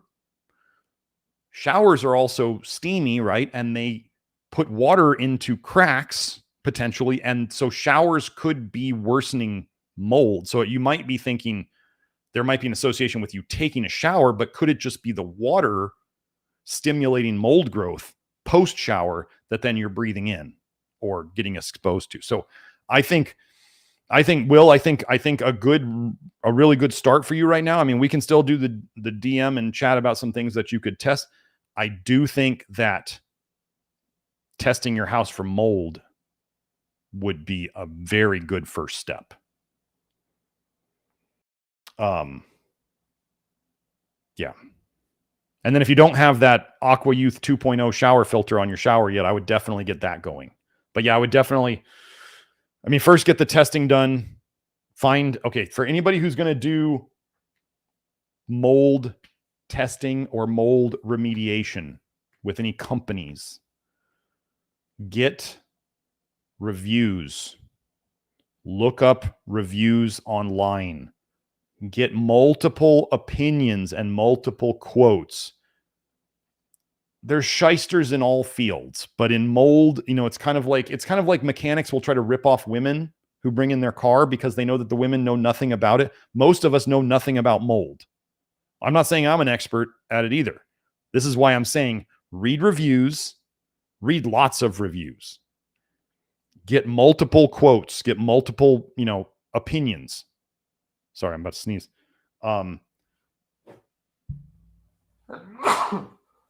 Will asks, is there a blood test for mold? You can take, yeah, there are some mold tests. I would just test the air in your house. You can get home mold tests, and I would get a couple of them and test them out, or hire a mold testing company to come out. you want to find companies that, like, a company that does the testing and a company that does the remediation. You don't want them to both be the same thing, because then they'll want to find it on the test, because then they can remediate it. It's like a conflict of interest. So, but yeah, I did that in my house. I remember when I was trying to figure out the insomnia and some other things that my ex-wife was having issues with at the time, I got mold testing done in my house. It came up with nothing. My ex-wife was theorizing. She's like, it might be mold. And I was like, okay, I don't think so, but we'll test. And so we tested, and yeah, there are blood tests for mold. I always tell people, like, here's the reality of blood tests for mold. If you get a blood test and there's mold toxins or mold toxin antibodies in your blood, you're being exposed to mold. Okay, so now your next job is to find out where the hell is the mold coming from. So you're going to end up testing your house anyway, or your bathroom, or your work, or whatever. So the blood tests for mold are a sign that you are being currently exposed. Then your next goal is to figure out where the heck it's coming from, and so that you can eliminate it or move or whatever you got to do. Yeah. And we had somebody else saying, Will, the other thing you could do, this is less expensive than, you may still have to, if you found mold, you could still, like we were talking about the EMF solution stuff that Sarah does. If you remediated your house for EMF, you will grow less mold there regardless. So, and that's nowhere near as expensive as getting your walls torn out. If money is a concern, which almost everybody has money as a concern these days. So Sarah's stuff is not cheap, but it's a lot cheaper than tearing out your walls. So, yeah. We had somebody else say they had, Bree said, my son and I had severe mold toxicity illness, definitely underarm cysts, and son had cysts on his back. So we're seeing a cyst pattern. I now have a pattern of cysts that I can now, if people come in and they're like, we're having multiple cysts show up, I could be like, there's mold is a question now. So this is kind of cool. This is how I get these patterns. Not that it's cool that you have mold issues, Will. You know what I mean. So, okay. Well, I think that's about, I would definitely, I would invest time and effort into the mold thing, Will. And whether that's the EMF stuff first, whether that's, I would do the EMF stuff and the testing, because the EMF is still going to, even if you remediate the mold, the EMF stuff is still going to be an issue. So if you do the EMF stuff first, that kind of helps remediate the mold a little bit, at least beats it back. And then you can do the testing and other things to figure out how much needs to be done and all of that stuff. Yeah, we had another house location that we were working with, and there was the guy who lived there before us did a crappy job of the pipes, and all of a sudden one of the pipes started dripping, and all of a sudden there was mold everywhere. And yeah, that was fun, cutting out the roof and all that stuff. So,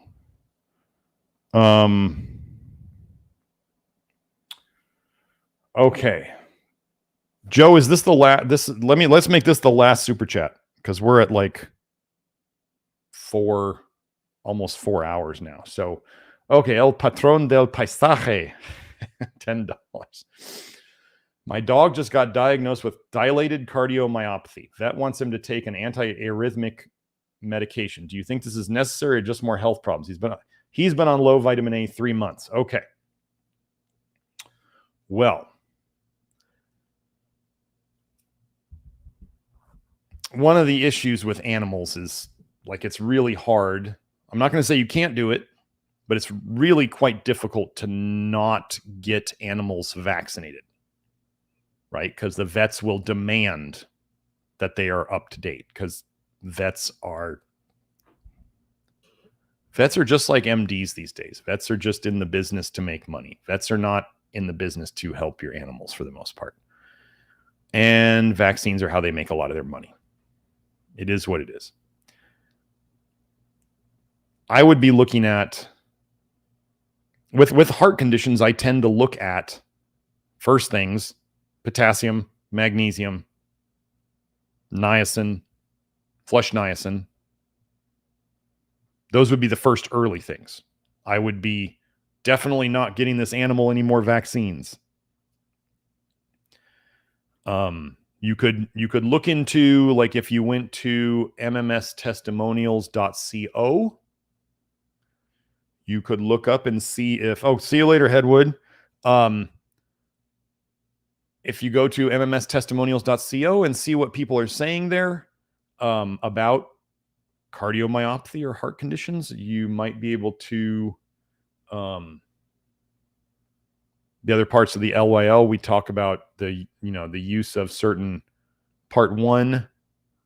You can put it in the dog's water, and that could helps oxidize toxins. So yeah, that's where I would start. But I mean, obviously we hear about myocarditis with people and certain pokies.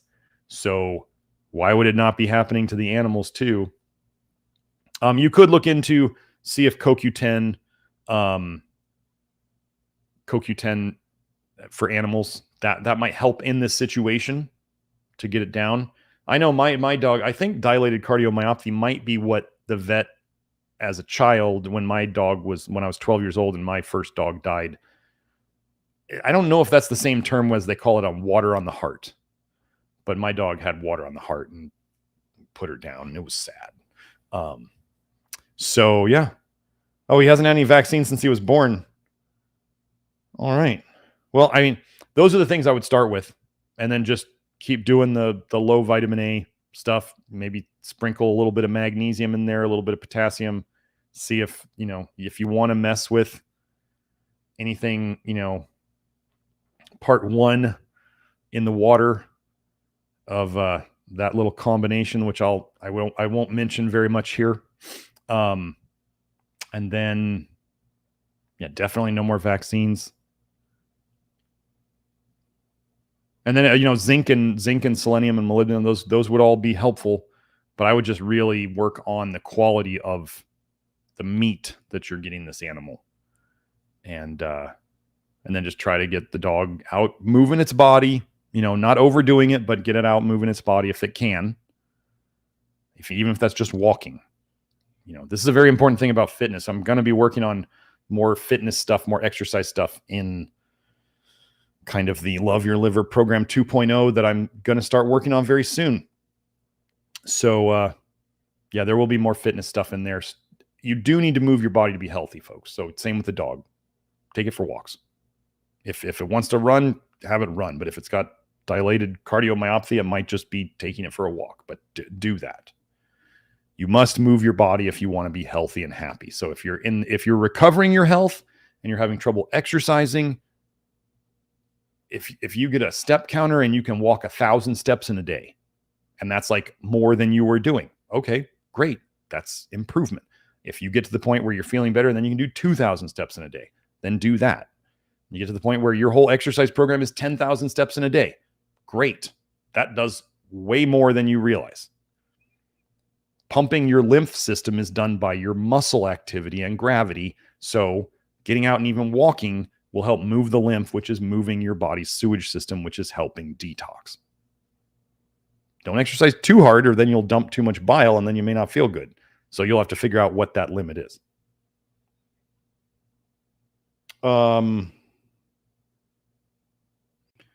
Yeah, El Patron says, okay, thanks. Can I find about part 1 on the LYL page? Yeah, in the Love Your Liver program, in the program.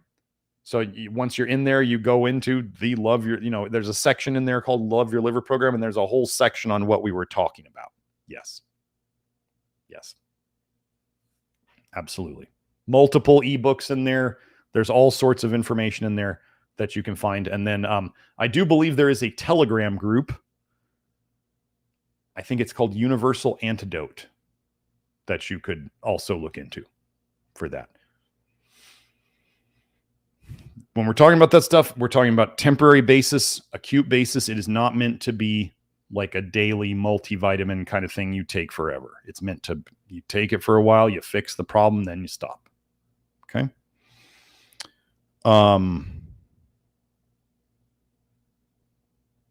Noah Ashrafian asked, hi, Dr. Smith, you have time today. What is your position on stomach infections like H. pylori and also causes of low stomach acid production? I specifically took this question because, Joe, if you can post, if you didn't already do it today, if you can post the GERD and bile reflux, acid reflux live stream episode. Yeah, so that's what Noah, that's what I've done on that. You'll want to watch that one. H. pylori is a symptom of bile in the stomach. So yeah, so that's that bile reflux episode. If not, I can't remember what it was. It was probably 15 episodes ago. So okay, well, I think, did we get to all of the I think we got to all of the super chats. Yeah, okay. So we're gonna wrap it up. Wow, that was a lot. Thank you all for coming. I will see you next time. Again, if you want to find any of the links we talk about, the Love Your Liver program down below, members.nutritiondetective.com. That's the Love Your Liver program and our network. There's nutritiondetective.com, which is where you can find our supplements. For those of you who don't know, we now have flush niacin capsules in 25 milligrams and 100 milligrams. I've already decided, I talked to Kelsey about it. The next time we sell any niacin capsules, once this batch is done, or maybe before it's done, we're going to make buffered niacin capsules so people don't have to buffer the capsules at all. We're just going to make it easy because that's what I like to do. And then we do have some new supplements coming in. I'm not going to say what they are, but they are in the process. For those of you who are missing the magnesium lotion, that is in process currently. They have everything they need. They are putting that together. So don't email Julie. There is no waiting list for it. When we tell everybody, it will be out. But yeah, it's not going to be much longer before we have it. But if you ask us, when's it coming out? We're going to tell you we don't know, because who knows? As soon as we get it, it will be announced. So anyway, Kelsey's working on that zeolite that we picked up. And yeah, we just got all sorts of cool stuff going on. And yeah, so we'll see you next week. Have a good week. Bye now.